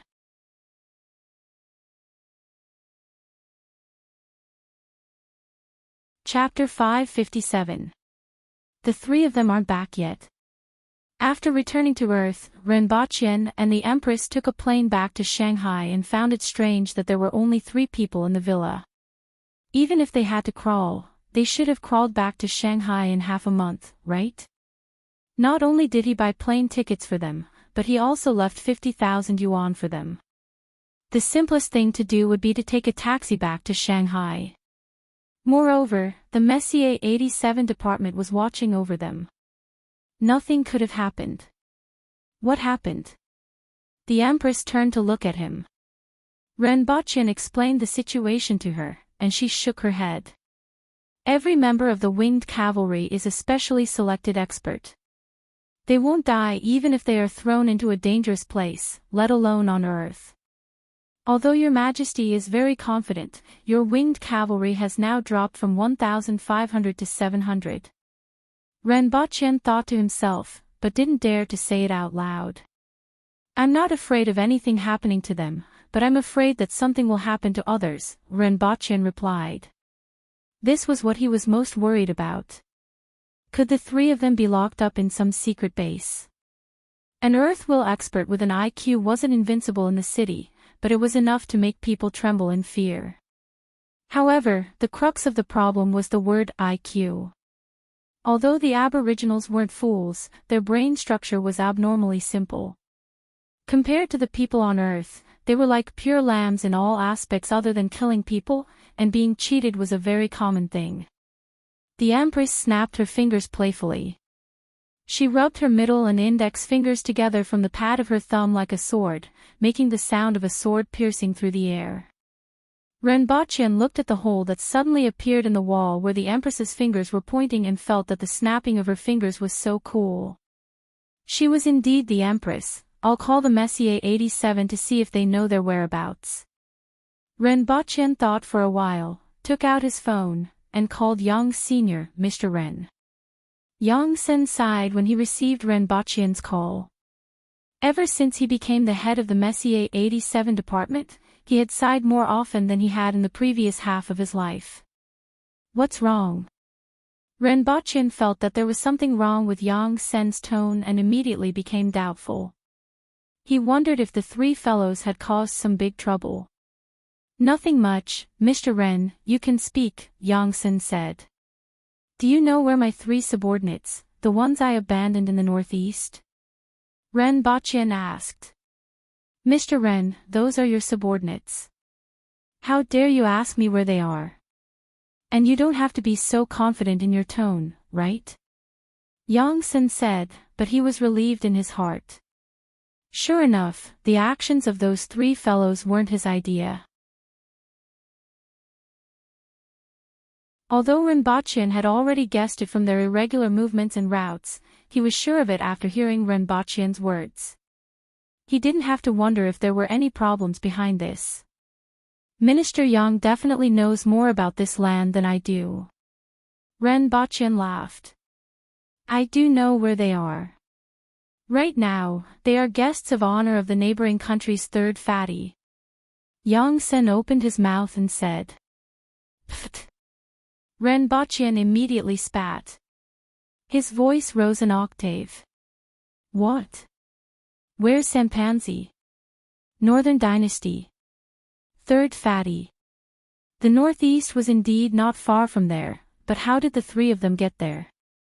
How did he become that person's distinguished guest? What happened in the 2 weeks that he wasn't around? Why did they go to the Northern Dynasty? Renbochin asked with his eyes wide open. You have to ask them about this. That's all we know.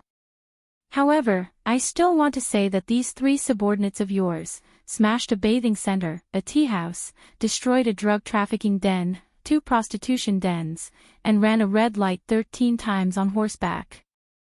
They also injured 7 policemen, 6 urban management officers, and 2 traffic policemen. Fortunately, no one was killed. Yang Sen said faintly. Renbochin's face darkened as Yang Sen spoke. After Yang Sen finished, Renbochin didn't know what to say. Ran a red light 13 times on horseback. Where did they get their horses from? They destroyed a drug trafficking den and 2 prostitution dens. Where did they go? He had lived on Earth for so long and had never come into contact with such things. Can you help me send a message to the 3 of them, get back here? Renbochin asked with a black face. He wasn't going to go to the Northern Dynasty to get the 3 of them back. It was more reliable for the Messier 87 department to handle this matter. I'll try my best. You must bring the 3 of them back and tell them that Big Boss is going to skin them. Renbochin continued. I didn't say that. I didn't say that. The Empress looked indifferent. They are too troublesome. Renbochin didn't know whether to laugh or cry. Oh. If they are too powerful, give them a few whips. The Empress said. Renbochin grinned. Your Majesty, do you know what the word law means? Do you know how to write this word? Have you seen it before? Ha! Renbochin thought about it and sighed again. Well, what you say is the law. Renbochin sat back on the sofa and stopped thinking about those 2 people. He accompanied the Empress to play Honor of Kings, which he hadn't played for a long time. Half an hour later, a player on his side finally wailed, Brothers, do I have any enmity with you? Why do you keep tricking me? Why am I always on the same team as you? Renbochin thought about it and replied, This is love. Love. Love. Brother, I'm still a child. Your love is too deep. It's better to be fair and share some with others. that person wailed. After teasing a few of their companions, the two of them went offline contentedly. They watched TV for a while, and Renbachian's attention was suddenly attracted by an advertisement for an educational robot. This suddenly reminded him of something. These days, he didn't have the time to teach those students, and it wasn't a good idea to let them wander around with the army. A few months of delay would be wasted. If he could get them a robot and find time to answer some of their questions, it would probably be much faster. After thinking about this matter, Renbachian immediately took out his phone and began to search for information about robots. He found out that robots on Earth had improved a lot in the past 3 years. Modern humans were getting lazier and had a higher and higher quality of life. The huge demand had driven the rapid development of robots. At the very least, the robot that he saw in the advertisement was from a company that he had never heard of before. He was surprised to find out that this company used to make inflatable dolls. This made his eyeballs almost fall out of their sockets. This company first made inflatable dolls, then adult robots. Now, even some foreign brothels used their robots to satisfy some customers, and the reviews were pretty good. Since last year, they set up a new company called Linkage Intelligence and aimed at educational robots. Now, they mainly launched family education robots, and they had a good reputation in all aspects. Whether it was the voice recognition system or the conversation system, they were quite logical. Upon seeing this, Renbachian began to become interested in this company. However, they were currently making family education robots, which were far from what Renbachian wanted. Furthermore, they needed to rely on the internet. The basic requirement for the robot that Renbachian needed was to have its own database. As for the voice recognition system and the conversation system, he didn't need to worry about them as they could basically meet his needs. At the thought of this, Renbachian called the company. Whenever this happened, Renbachian felt that being rich was indeed a pleasant thing. This was especially true on Earth, where money could solve most problems as long as it was within the scope of current technology. For example, the current situation. However, he still needed to know the level of this company and whether it could meet his requirements. Otherwise, he would have to find another company. High-end robots had always been the target of the other party. After hearing Renbachian's request, they were very interested.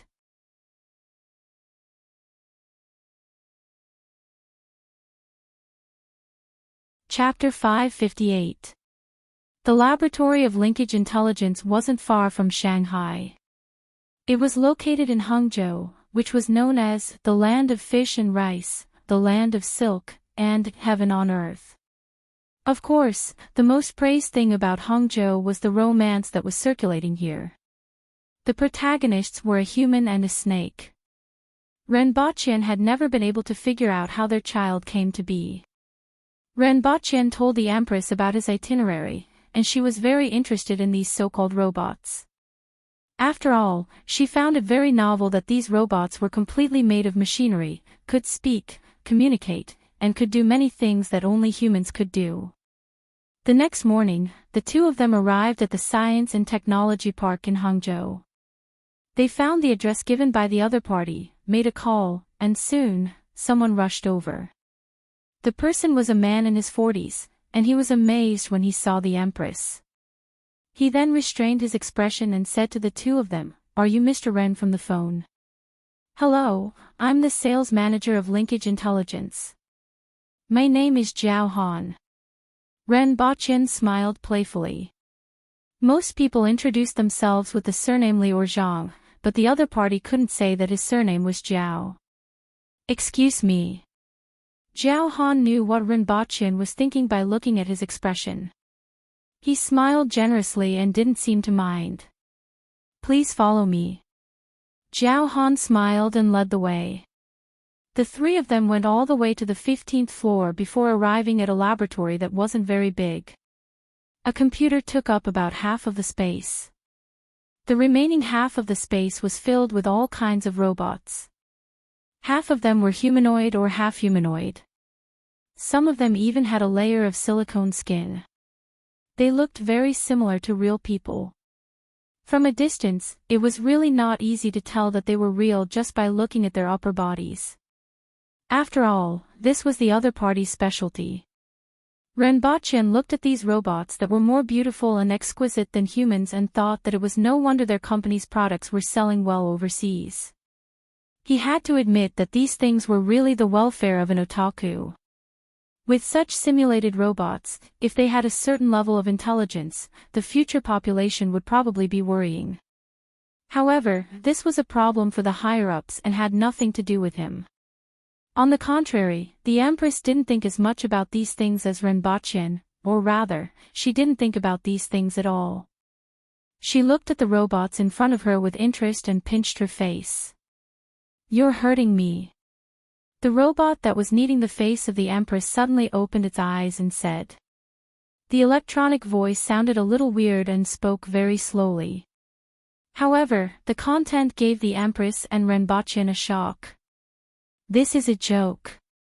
The robot grinned. It looked stiff, but it was a smile. "Do you know what you're talking about?" Renbochin took a few steps forward to take a closer look.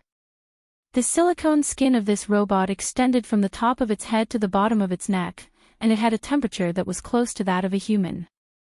Its appearance was exquisite, and it was very much in line with the Eastern aesthetic standards. Appropriate jokes can shorten the distance between people, including robots, the robot said. "Do you have a name?" "Yuya, this is my name. If you can remember it, I will be very happy." "Can you think?" Thinking is a very difficult question for me to answer, but it is also a trait that I hope to possess. But judging from the current situation, I still have a long way to go. "How did you do it?" Renbochin turned to look at Zhao Han and asked. According to the database, she will give different answers in different situations. Just now, when this lady was pinching Yuya's face, she was woken up from standby. In this aspect, even if we aren't the best, we aren't much worse than other countries, Zhao Han said with a smile. He was very satisfied with their reactions. "Yu Ting, you have a guest." The two half-bodied robots beside Yuya opened their eyes upon hearing Zhao Han's voice. With a slow electronic voice, they said, "Hello, guest." "Hello, Manager Zhao." Look, they can be woken up from standby by calling their names. Zhao Han laughed. "I'm starting to have confidence in the capabilities of your company," Renbochin exclaimed. It had to be said that these robots, which weren't well known in the past, were too surprising for Renbochin, whose knowledge of technology was still 3 years old. Next, Zhao Han demonstrated some of the abilities of the robots. During his observation, Renbochin realized that the performance of the robots in terms of intelligence wasn't as outstanding as he had imagined, but they had already met most of his requirements.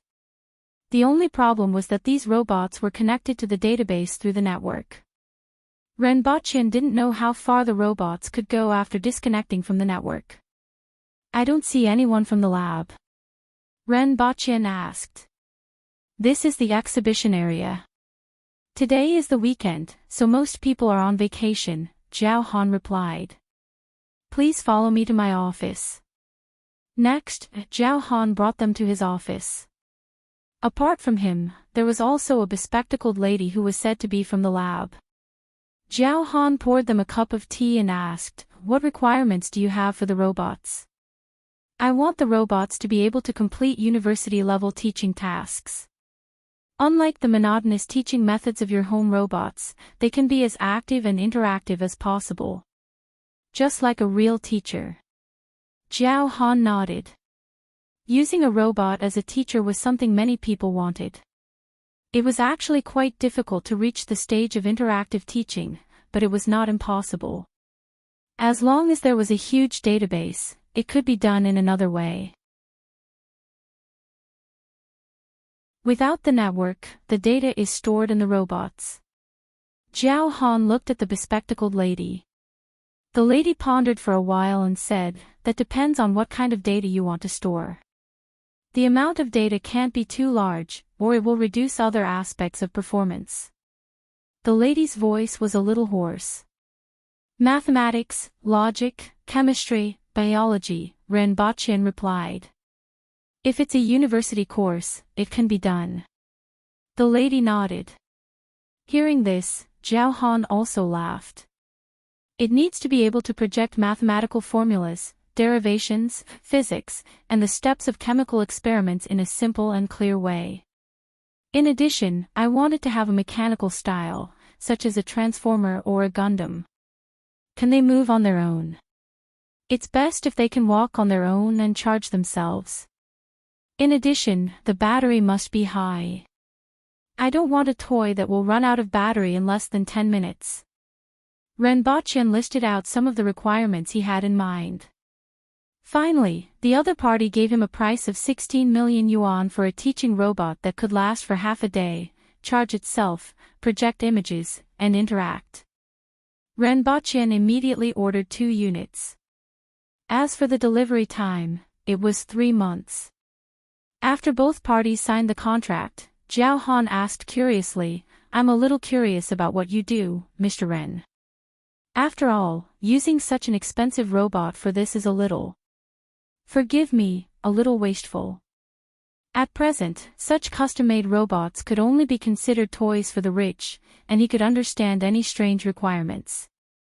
However, the strangest thing was that the person in front of him only asked for teaching capabilities. 16 million yuan could hire 2 teachers for 1,600 months, which was 133 years. In other words, 266 teachers for a year and 26 teachers for 10 years. I'm a village teacher. The robots are prepared for the children in the mountain villages." Renbochin's reply stunned Zhao Han, and he laughed. Village teacher.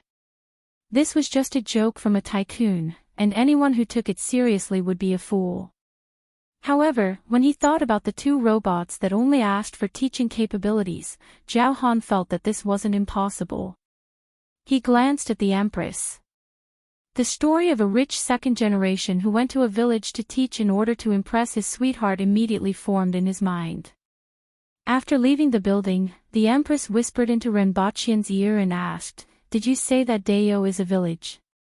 Renbochin tilted his head, and the Empress's soft red lips gently brushed against his face. Renbochin felt that this was the truth. However, the Empress's expression seemed a little dangerous, and her eyes were full of ridicule.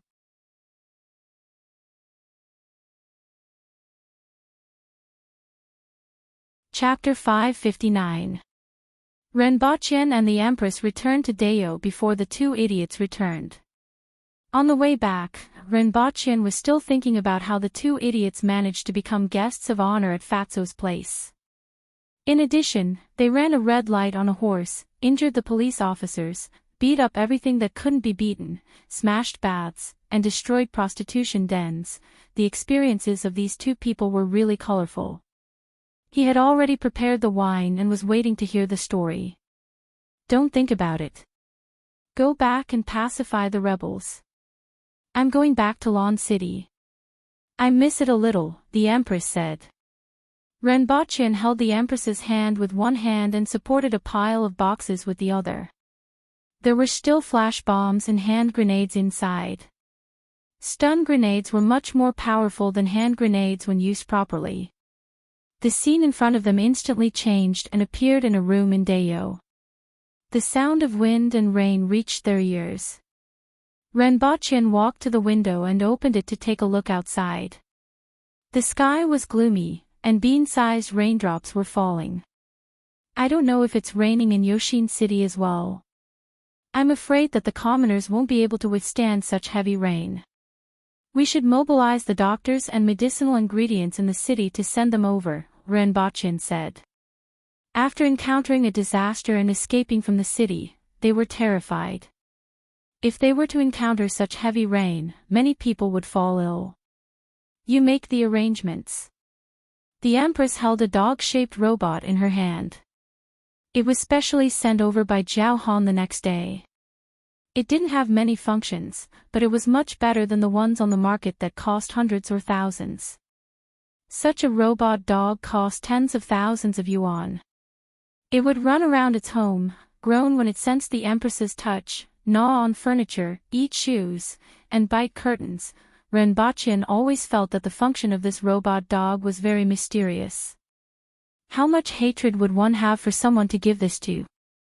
Wasn't this a robot version of a husky? However, the Empress quite liked it. When she saw that the robot dog was about to bite a chair leg, she put her finger into its mouth. The robot dog immediately let out a whine, turned a few rounds on the spot, and began to do somersaults on the ground. Ren Baqian thought for a while. Could it be that the Empress liked huskies?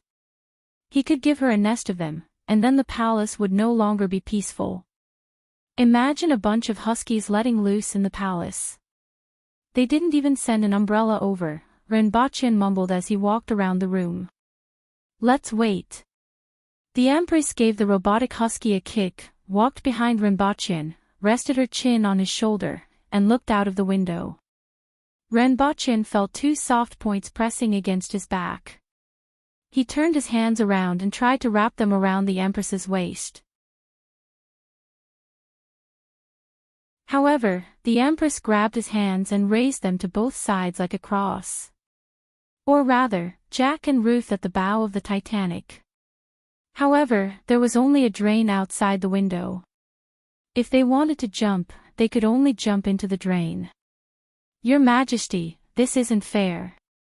He turned his head, and the skin at the corner of his eye touched the Empress's forehead. Since when did you learn to say the word fair? The Empress moved her nose close to his ear, and her hot breath blew on the base of Ren Baqian's ear. Remember, the strong don't need to be fair. Ren Baqian deeply agreed with what the Empress said. From a personal point of view, fairness was something the weak would say when seeking to change their situation. The strong didn't need to be fair. However, from the country's point of view, there needs to be fairness. Otherwise, the country will fall into chaos. This is the reason why the emperor should be punished like the commoners. Who punished me? The Empress asked in a clear voice. Your Majesty is always right. If you have any doubts, please refer to the previous sentence. Ren Baqian laughed. The Empress smiled as she rested her head on Ren Baqian's shoulder. The two of them stood quietly in front of the window for a long time before seeing Qing Yuan come over with an umbrella to check if they had returned. The rain was heavy, and the umbrella was for one person. Qing Yuan's clothes were mostly wet and stuck to her body. The Empress let go of Ren Baqian, took a few steps back, and jumped on the robotic husky with her toes. She immediately fell into her arms. Thank you, Miss Qing Yuan. Ren Baqian opened the door and took the umbrella from Qing Yuan. He waved at the Empress and said, Your Majesty, I got someone to send an umbrella over. This umbrella can't withstand such a heavy rain, and I'm afraid that it will wet your clothes. After taking a few steps, he felt the raindrops hit his body along with the wind. After leaving the courtyard, Ren Baqian found a guard to bring an umbrella to the Empress. He went to the courtyard where Wang Baobao was locked up and saw that fool squatting under the eaves watching ants move. He didn't care that his body was wet, and his thin clothes stuck to his body, outlining his bud-like figure. To put it simply, she was as flat as Lin Chaola, with no breasts, no butt, and nothing to look at. When Ren Baqian returned to his courtyard, he saw Zhuoling standing outside with an umbrella and a sword in his other hand, blocking the raindrops brought in by the wind. Sir! When Zhuoling saw Ren Baqian, he immediately kept his sword, and his body began to be wet from the raindrops. What's the matter? Ren Baqian asked. There's news from whose city, Zhuoling said. Come in and talk. Ren Baqian brought Zhuoling into the house and asked him to wait for a while. He went to the back hall to change his clothes before coming out. What's the situation? Ren Baqian asked. Previously in Yoshin City, he specially asked about whose city, but there wasn't any news from him. He thought that whose city had died in the chaos or in the fire. After all, whose city wasn't very strong and was only at the advanced level of the manual level. This kind of strength was considered pretty good during normal times, but he basically didn't have the ability to protect himself in a war. Renbochin didn't expect him to actually be alive. I received the secret letter a day ago. Xia Kun and Rao Yu have met up, and they are going to escape. Zhuoleng took out a secret letter and handed it over with both hands. Renbochin took it and read it carefully. According to the letter, he escaped from the city that day and mixed with an army hidden outside. Under Xia Kun's lead, they passed through the mountains and forests, and it took them a few days to finally reach Chun City and meet up with Rao Yu.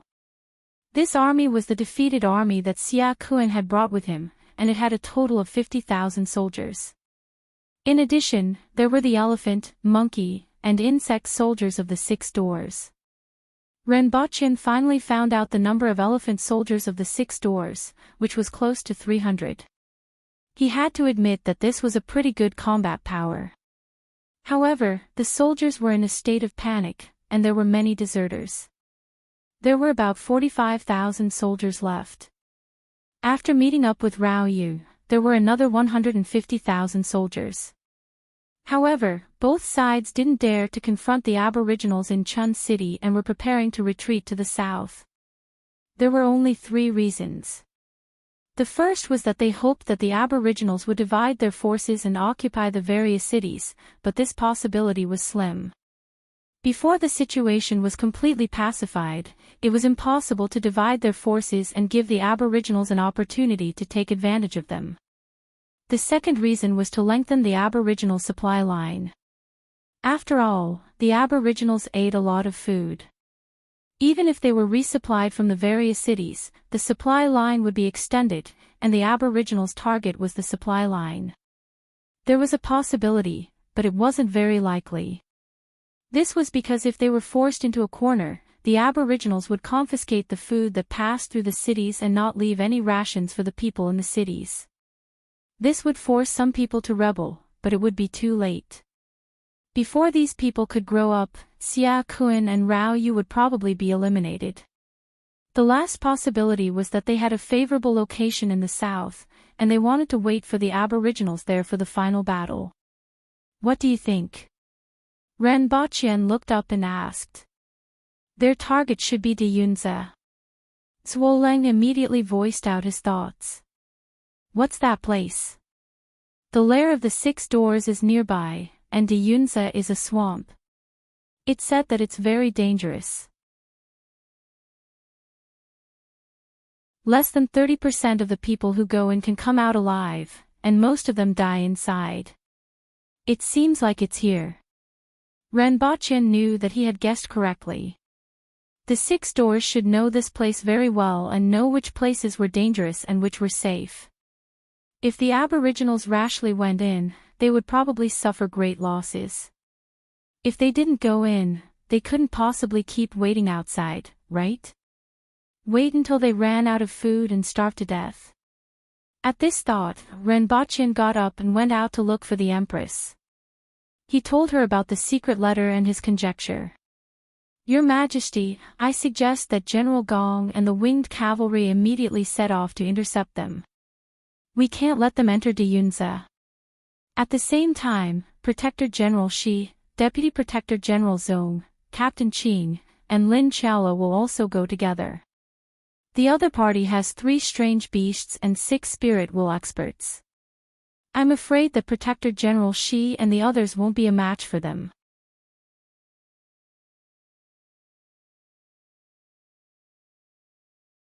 Chapter 560. 10 days later, the sun shone down on the earth. People who were exposed to the outside would be drenched in sweat after a short while.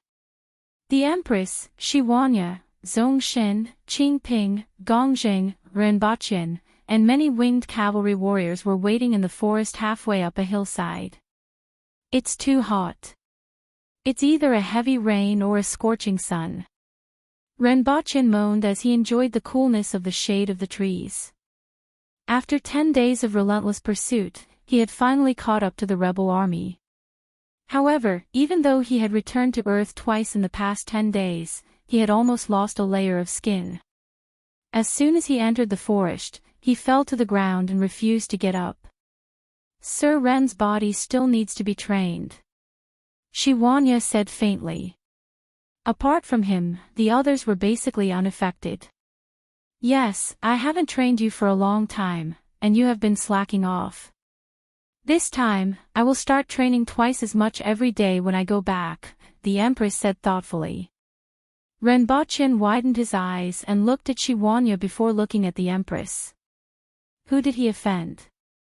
A group of Cardinal Heaven bigwigs like you can't even compare to ordinary spirit will experts. I'm only a man will expert. Man will level. How can we compare to you? Your Majesty, wait until I masterly Fu's godly spear, before training. Renbochin said innocently. You can't use your spirit before you reach the spirit will level. You won't be able to learn it, the Empress said faintly. Your Majesty, I have such an amazing physique, a rare talent that only appears once in 100 years. I can definitely do it. Renbochin sat up from the ground and vowed. The Empress snorted softly. She couldn't be bothered with him. She placed the robot husky beside her feet and stroked its head. The robot husky didn't even run 2 steps before it tumbled to the ground. In a flash, Qingping grabbed the robot husky and placed it beside the Empress. Only then did he exclaim in admiration, "This thing is rather interesting. The person who made this thing is really amazing. An inanimate object can actually act like it's alive." Then, in a flash, the Empress shot Renbochin into a tree. The tree, which was wide enough for a person to wrap his arms around it, was broken and fell to the other side. Before anyone could react, Renbochin looked down and saw that the robot husky had been grabbed by Qingping's big hand, and its entire head was out of shape. The fact that the Empress had brought it along with her all the way showed how much she liked it. Now that it had been destroyed by Qingping, he was already being merciful by only shooting him into the tree. Captain Qing, your grip is too strong. Renbochin laughed as he pointed at the robot dog. Qingping crawled up from the ground and took a look, apologizing profusely. The Empress picked up the robot dog and pinched it. The robot dog was like plasticine in the Empress's hand. The areas that were dented immediately bulged up, and the areas that were originally fine were dented. After the Empress squeezed a few times, the robot husky's head was already beyond recognition. It was completely dead. Your Majesty, I'll go back and buy you 2 better ones. Renbochin smiled bitterly. Only then did the Empress stop whipping the corpse. She reluctantly slapped a hole in the ground and buried the mechanical dog in it. This was to prevent its corpse from being exposed to the wilderness. Remember, I want to. The Empress raised her head and said to him after she was done. Everyone waited in the forest for a long time before the Baihu who had been sent out to scout came back to report, Your Majesty, my lords, the rebel army is still 2 hours away. Continue investigating. Renbochin waved his hand. I'll go and take a look as well. Qingping stood up and said. There were still many experts in the rebel army, and if they were discovered, they wouldn't be able to return. Having an expert overseeing would always make people feel more at ease. Thank you. Renbochin cupped his hands. He turned to look at Lin Chaola, who was sleeping soundly on a rock nearby. The light that shone through the branches and leaves seemed to have been shattered and scattered on her body, 150,000 people. As long as one person kills 200 of them, it'll be a piece of cake. Gongzheng counted with his fingers and didn't get it wrong. Renbochin wanted to give Gongzheng a thumbs up for his mathematical skills. It's not like there are 200 He Langjun. Renbochin casually said. The wild boars in this world were called He Langjun. It was easy for one winged cavalry warrior to deal with 200 ordinary people. However, 700 winged cavalry warriors would inevitably suffer losses when facing 150,000 soldiers. Quantitative change could lead to qualitative change. 200 He Lang Jun are really not to be trifled with. Gong Jing laughed. Those fellows were 3 to 4 meters tall, weighed a few tons, and had coarse skin and thick flesh. They were indeed not to be trifled with. The enemy's elephant soldiers are not to be trifled with either. Ren Baqin said. With Sir Ren's things, it won't be a problem. Gong Jing slapped his thighs and laughed. He then turned to the people below and shouted, "Check everyone and make the best use of the remaining time to rest." Ren Baqin thought about it and felt that there shouldn't be any problems with 8 grenades and 2 flash bombs per person. When throwing the grenades, you must split up. Don't throw them all at once. It's too wasteful, Ren Baqin couldn't help but say. Understood. In a while, the winged cavalry will be divided into 7 teams with 100 people each. They will attack from 7 positions at the same time and break up the enemy's marching formation. The main target this time is the leader of the rebel army. As long as we find him, Shi Wanya and Zongshin will be responsible for taking his head. If an expert appears, I will naturally take action. After that, the enemy will disperse. Then, we will clean up the periphery and tear apart their flesh bit by bit. There's no need to fight recklessly. In particular, if we encounter a large group of defeated soldiers, we must retreat after one attack and move around the periphery. When there's an opportunity, we will kill them with one blow. Finally, try to drive them in one direction. If they split up and escape, it will be troublesome to find them, the Empress said. This was the tactic that they had been studying along the way. Of course, even though this type of wolf pack tactic wasn't in line with the Aboriginals' combat habits, everyone felt that it was worth a try when they thought about the pitiful number of winged cavalry warriors. After another hour, the winged cavalry scattered and hid in trees or other concealed places. There was a distance of 200 meters between each team of winged cavalry. Following them were the mounted scouts of the rebel army. However, they didn't expect the Aboriginals to receive the news and go around in front of them. They had always been wary of the pursuers behind them and not the interception in front of them. As a result, the mounted scouts only did a simple check and went back to report. The Empress was sitting on a tree branch about 7 meters in the air and swinging her legs in boredom. Ren Baqin was hanging from her leg and swinging his leg in the wind like a hanged ghost. Are you coming up? The Empress looked down at Ren Baqin. The view here is good. Ren Baqin followed the Empress's legs in an arc in the air. He suddenly thought of a song, "Let's Paddle." However, the view here was good, and he could see the official road clearly through the gaps between the branches. He couldn't see anything from the Empress's position. As for looking up, the Empress's leg was pressed against the branch, so he couldn't see anything. At this moment, under the sun, an army was marching forward with heavy footsteps. The defeat and the continuous days of walking had caused the morale of the rebel army to hit rock bottom. The 150,000 soldiers stretched for dozens of kilometers, and they couldn't see the end of the army.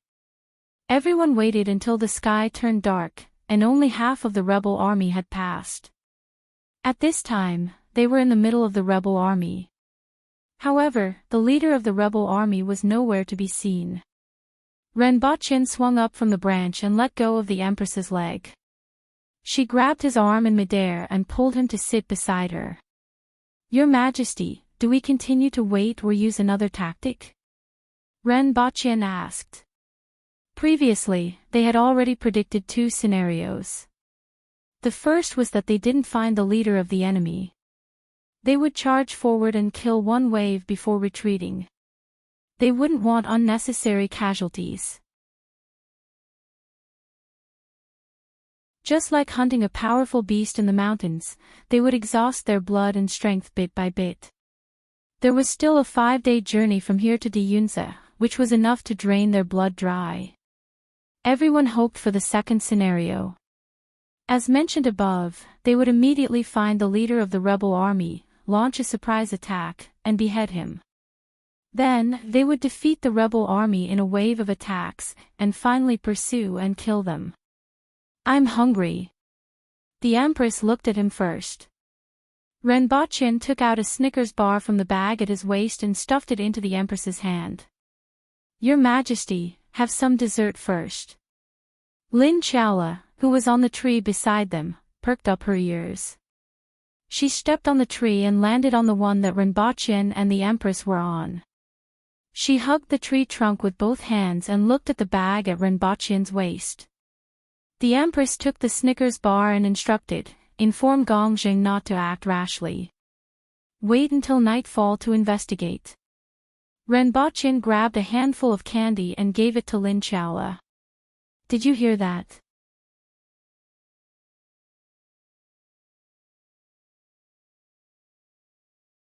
Chapter 561.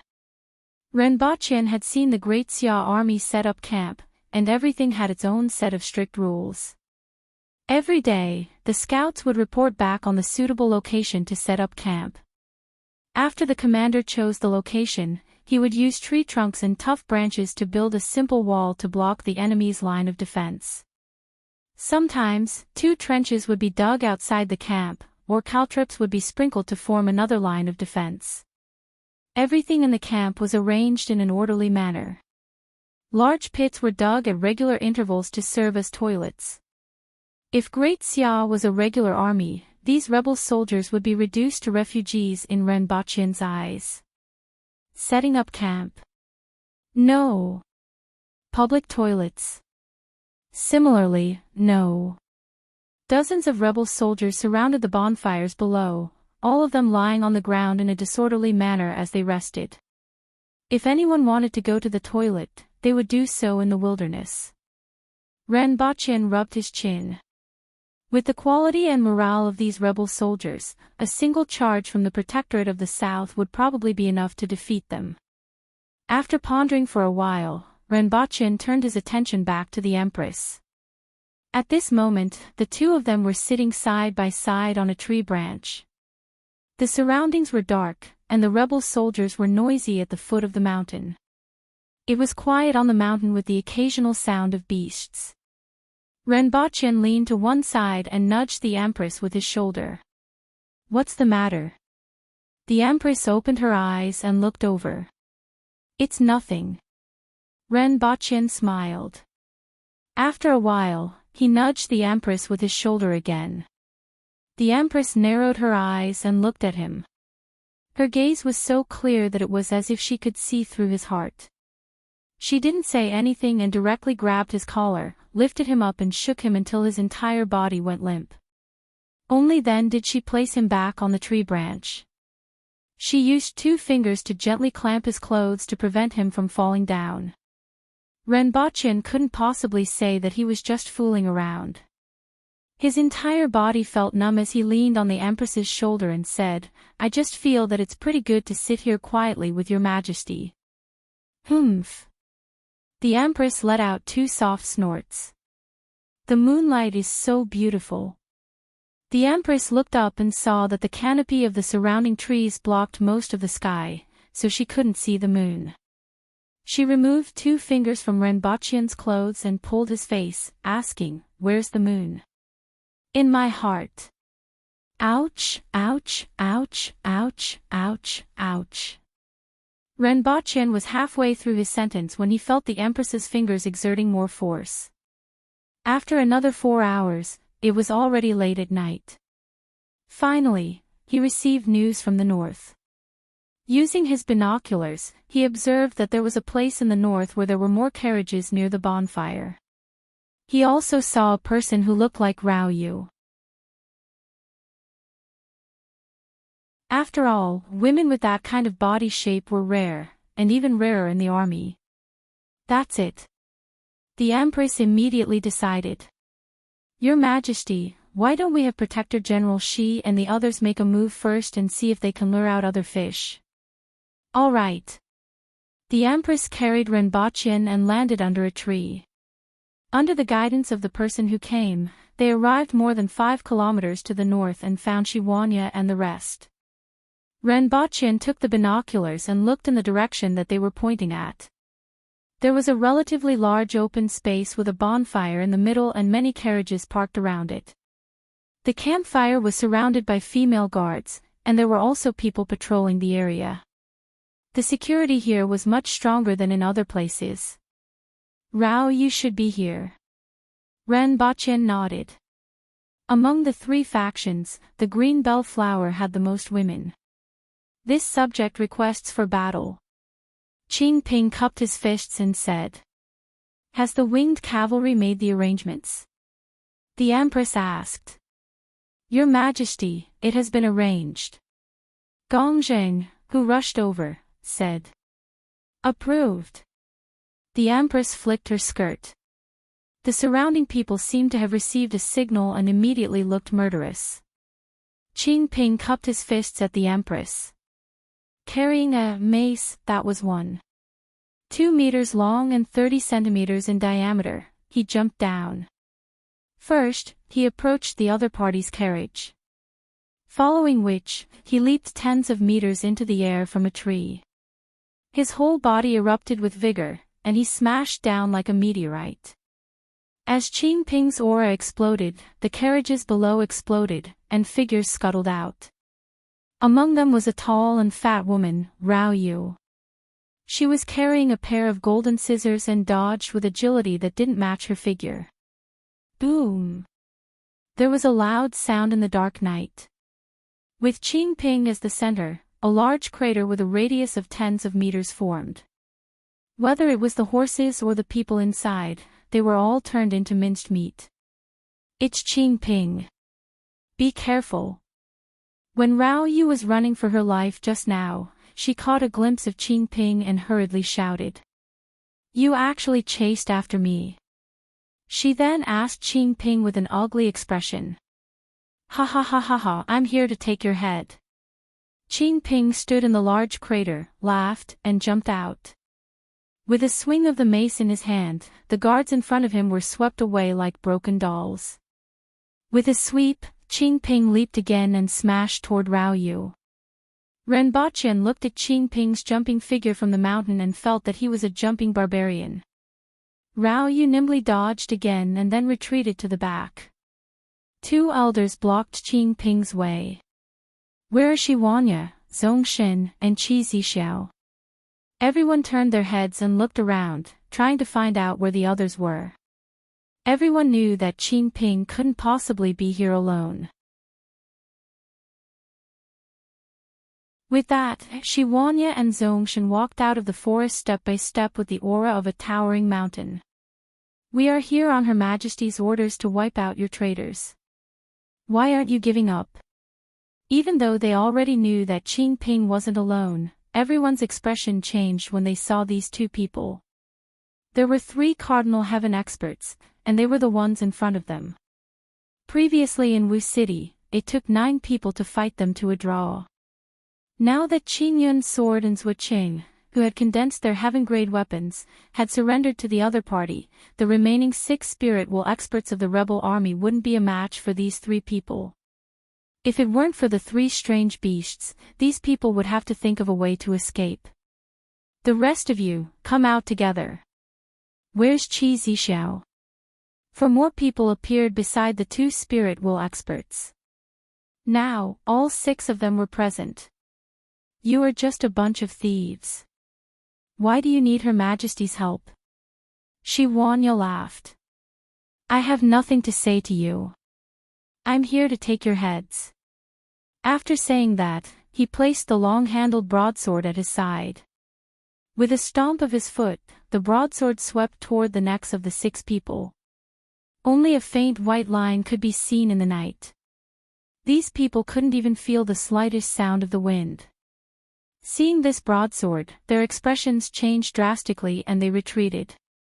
After the broadsword, there was a boom in the air. It was as if even the air had been cut open. At this moment, the air collided with each other. Zongshan also made a move at the same time. His body suddenly leaped, and everyone felt that it wasn't a person but a huge saber-toothed tiger that leaped over. The broadsword was the saber-toothed tiger's fangs. If they were slightly slower, they would be buried in the tiger's mouth. Die, you traitor! Qin Ping passed two people and rushed toward Rao Yu. At this moment, Rao Yu had already retreated 100 meters. Hundreds of guards stood between them, but as Qin Ping waved his mace in the air, they were sent flying to both sides like broken dolls. Tisk, tisk. Rao Yu's guards were all women with beautiful faces and good figures.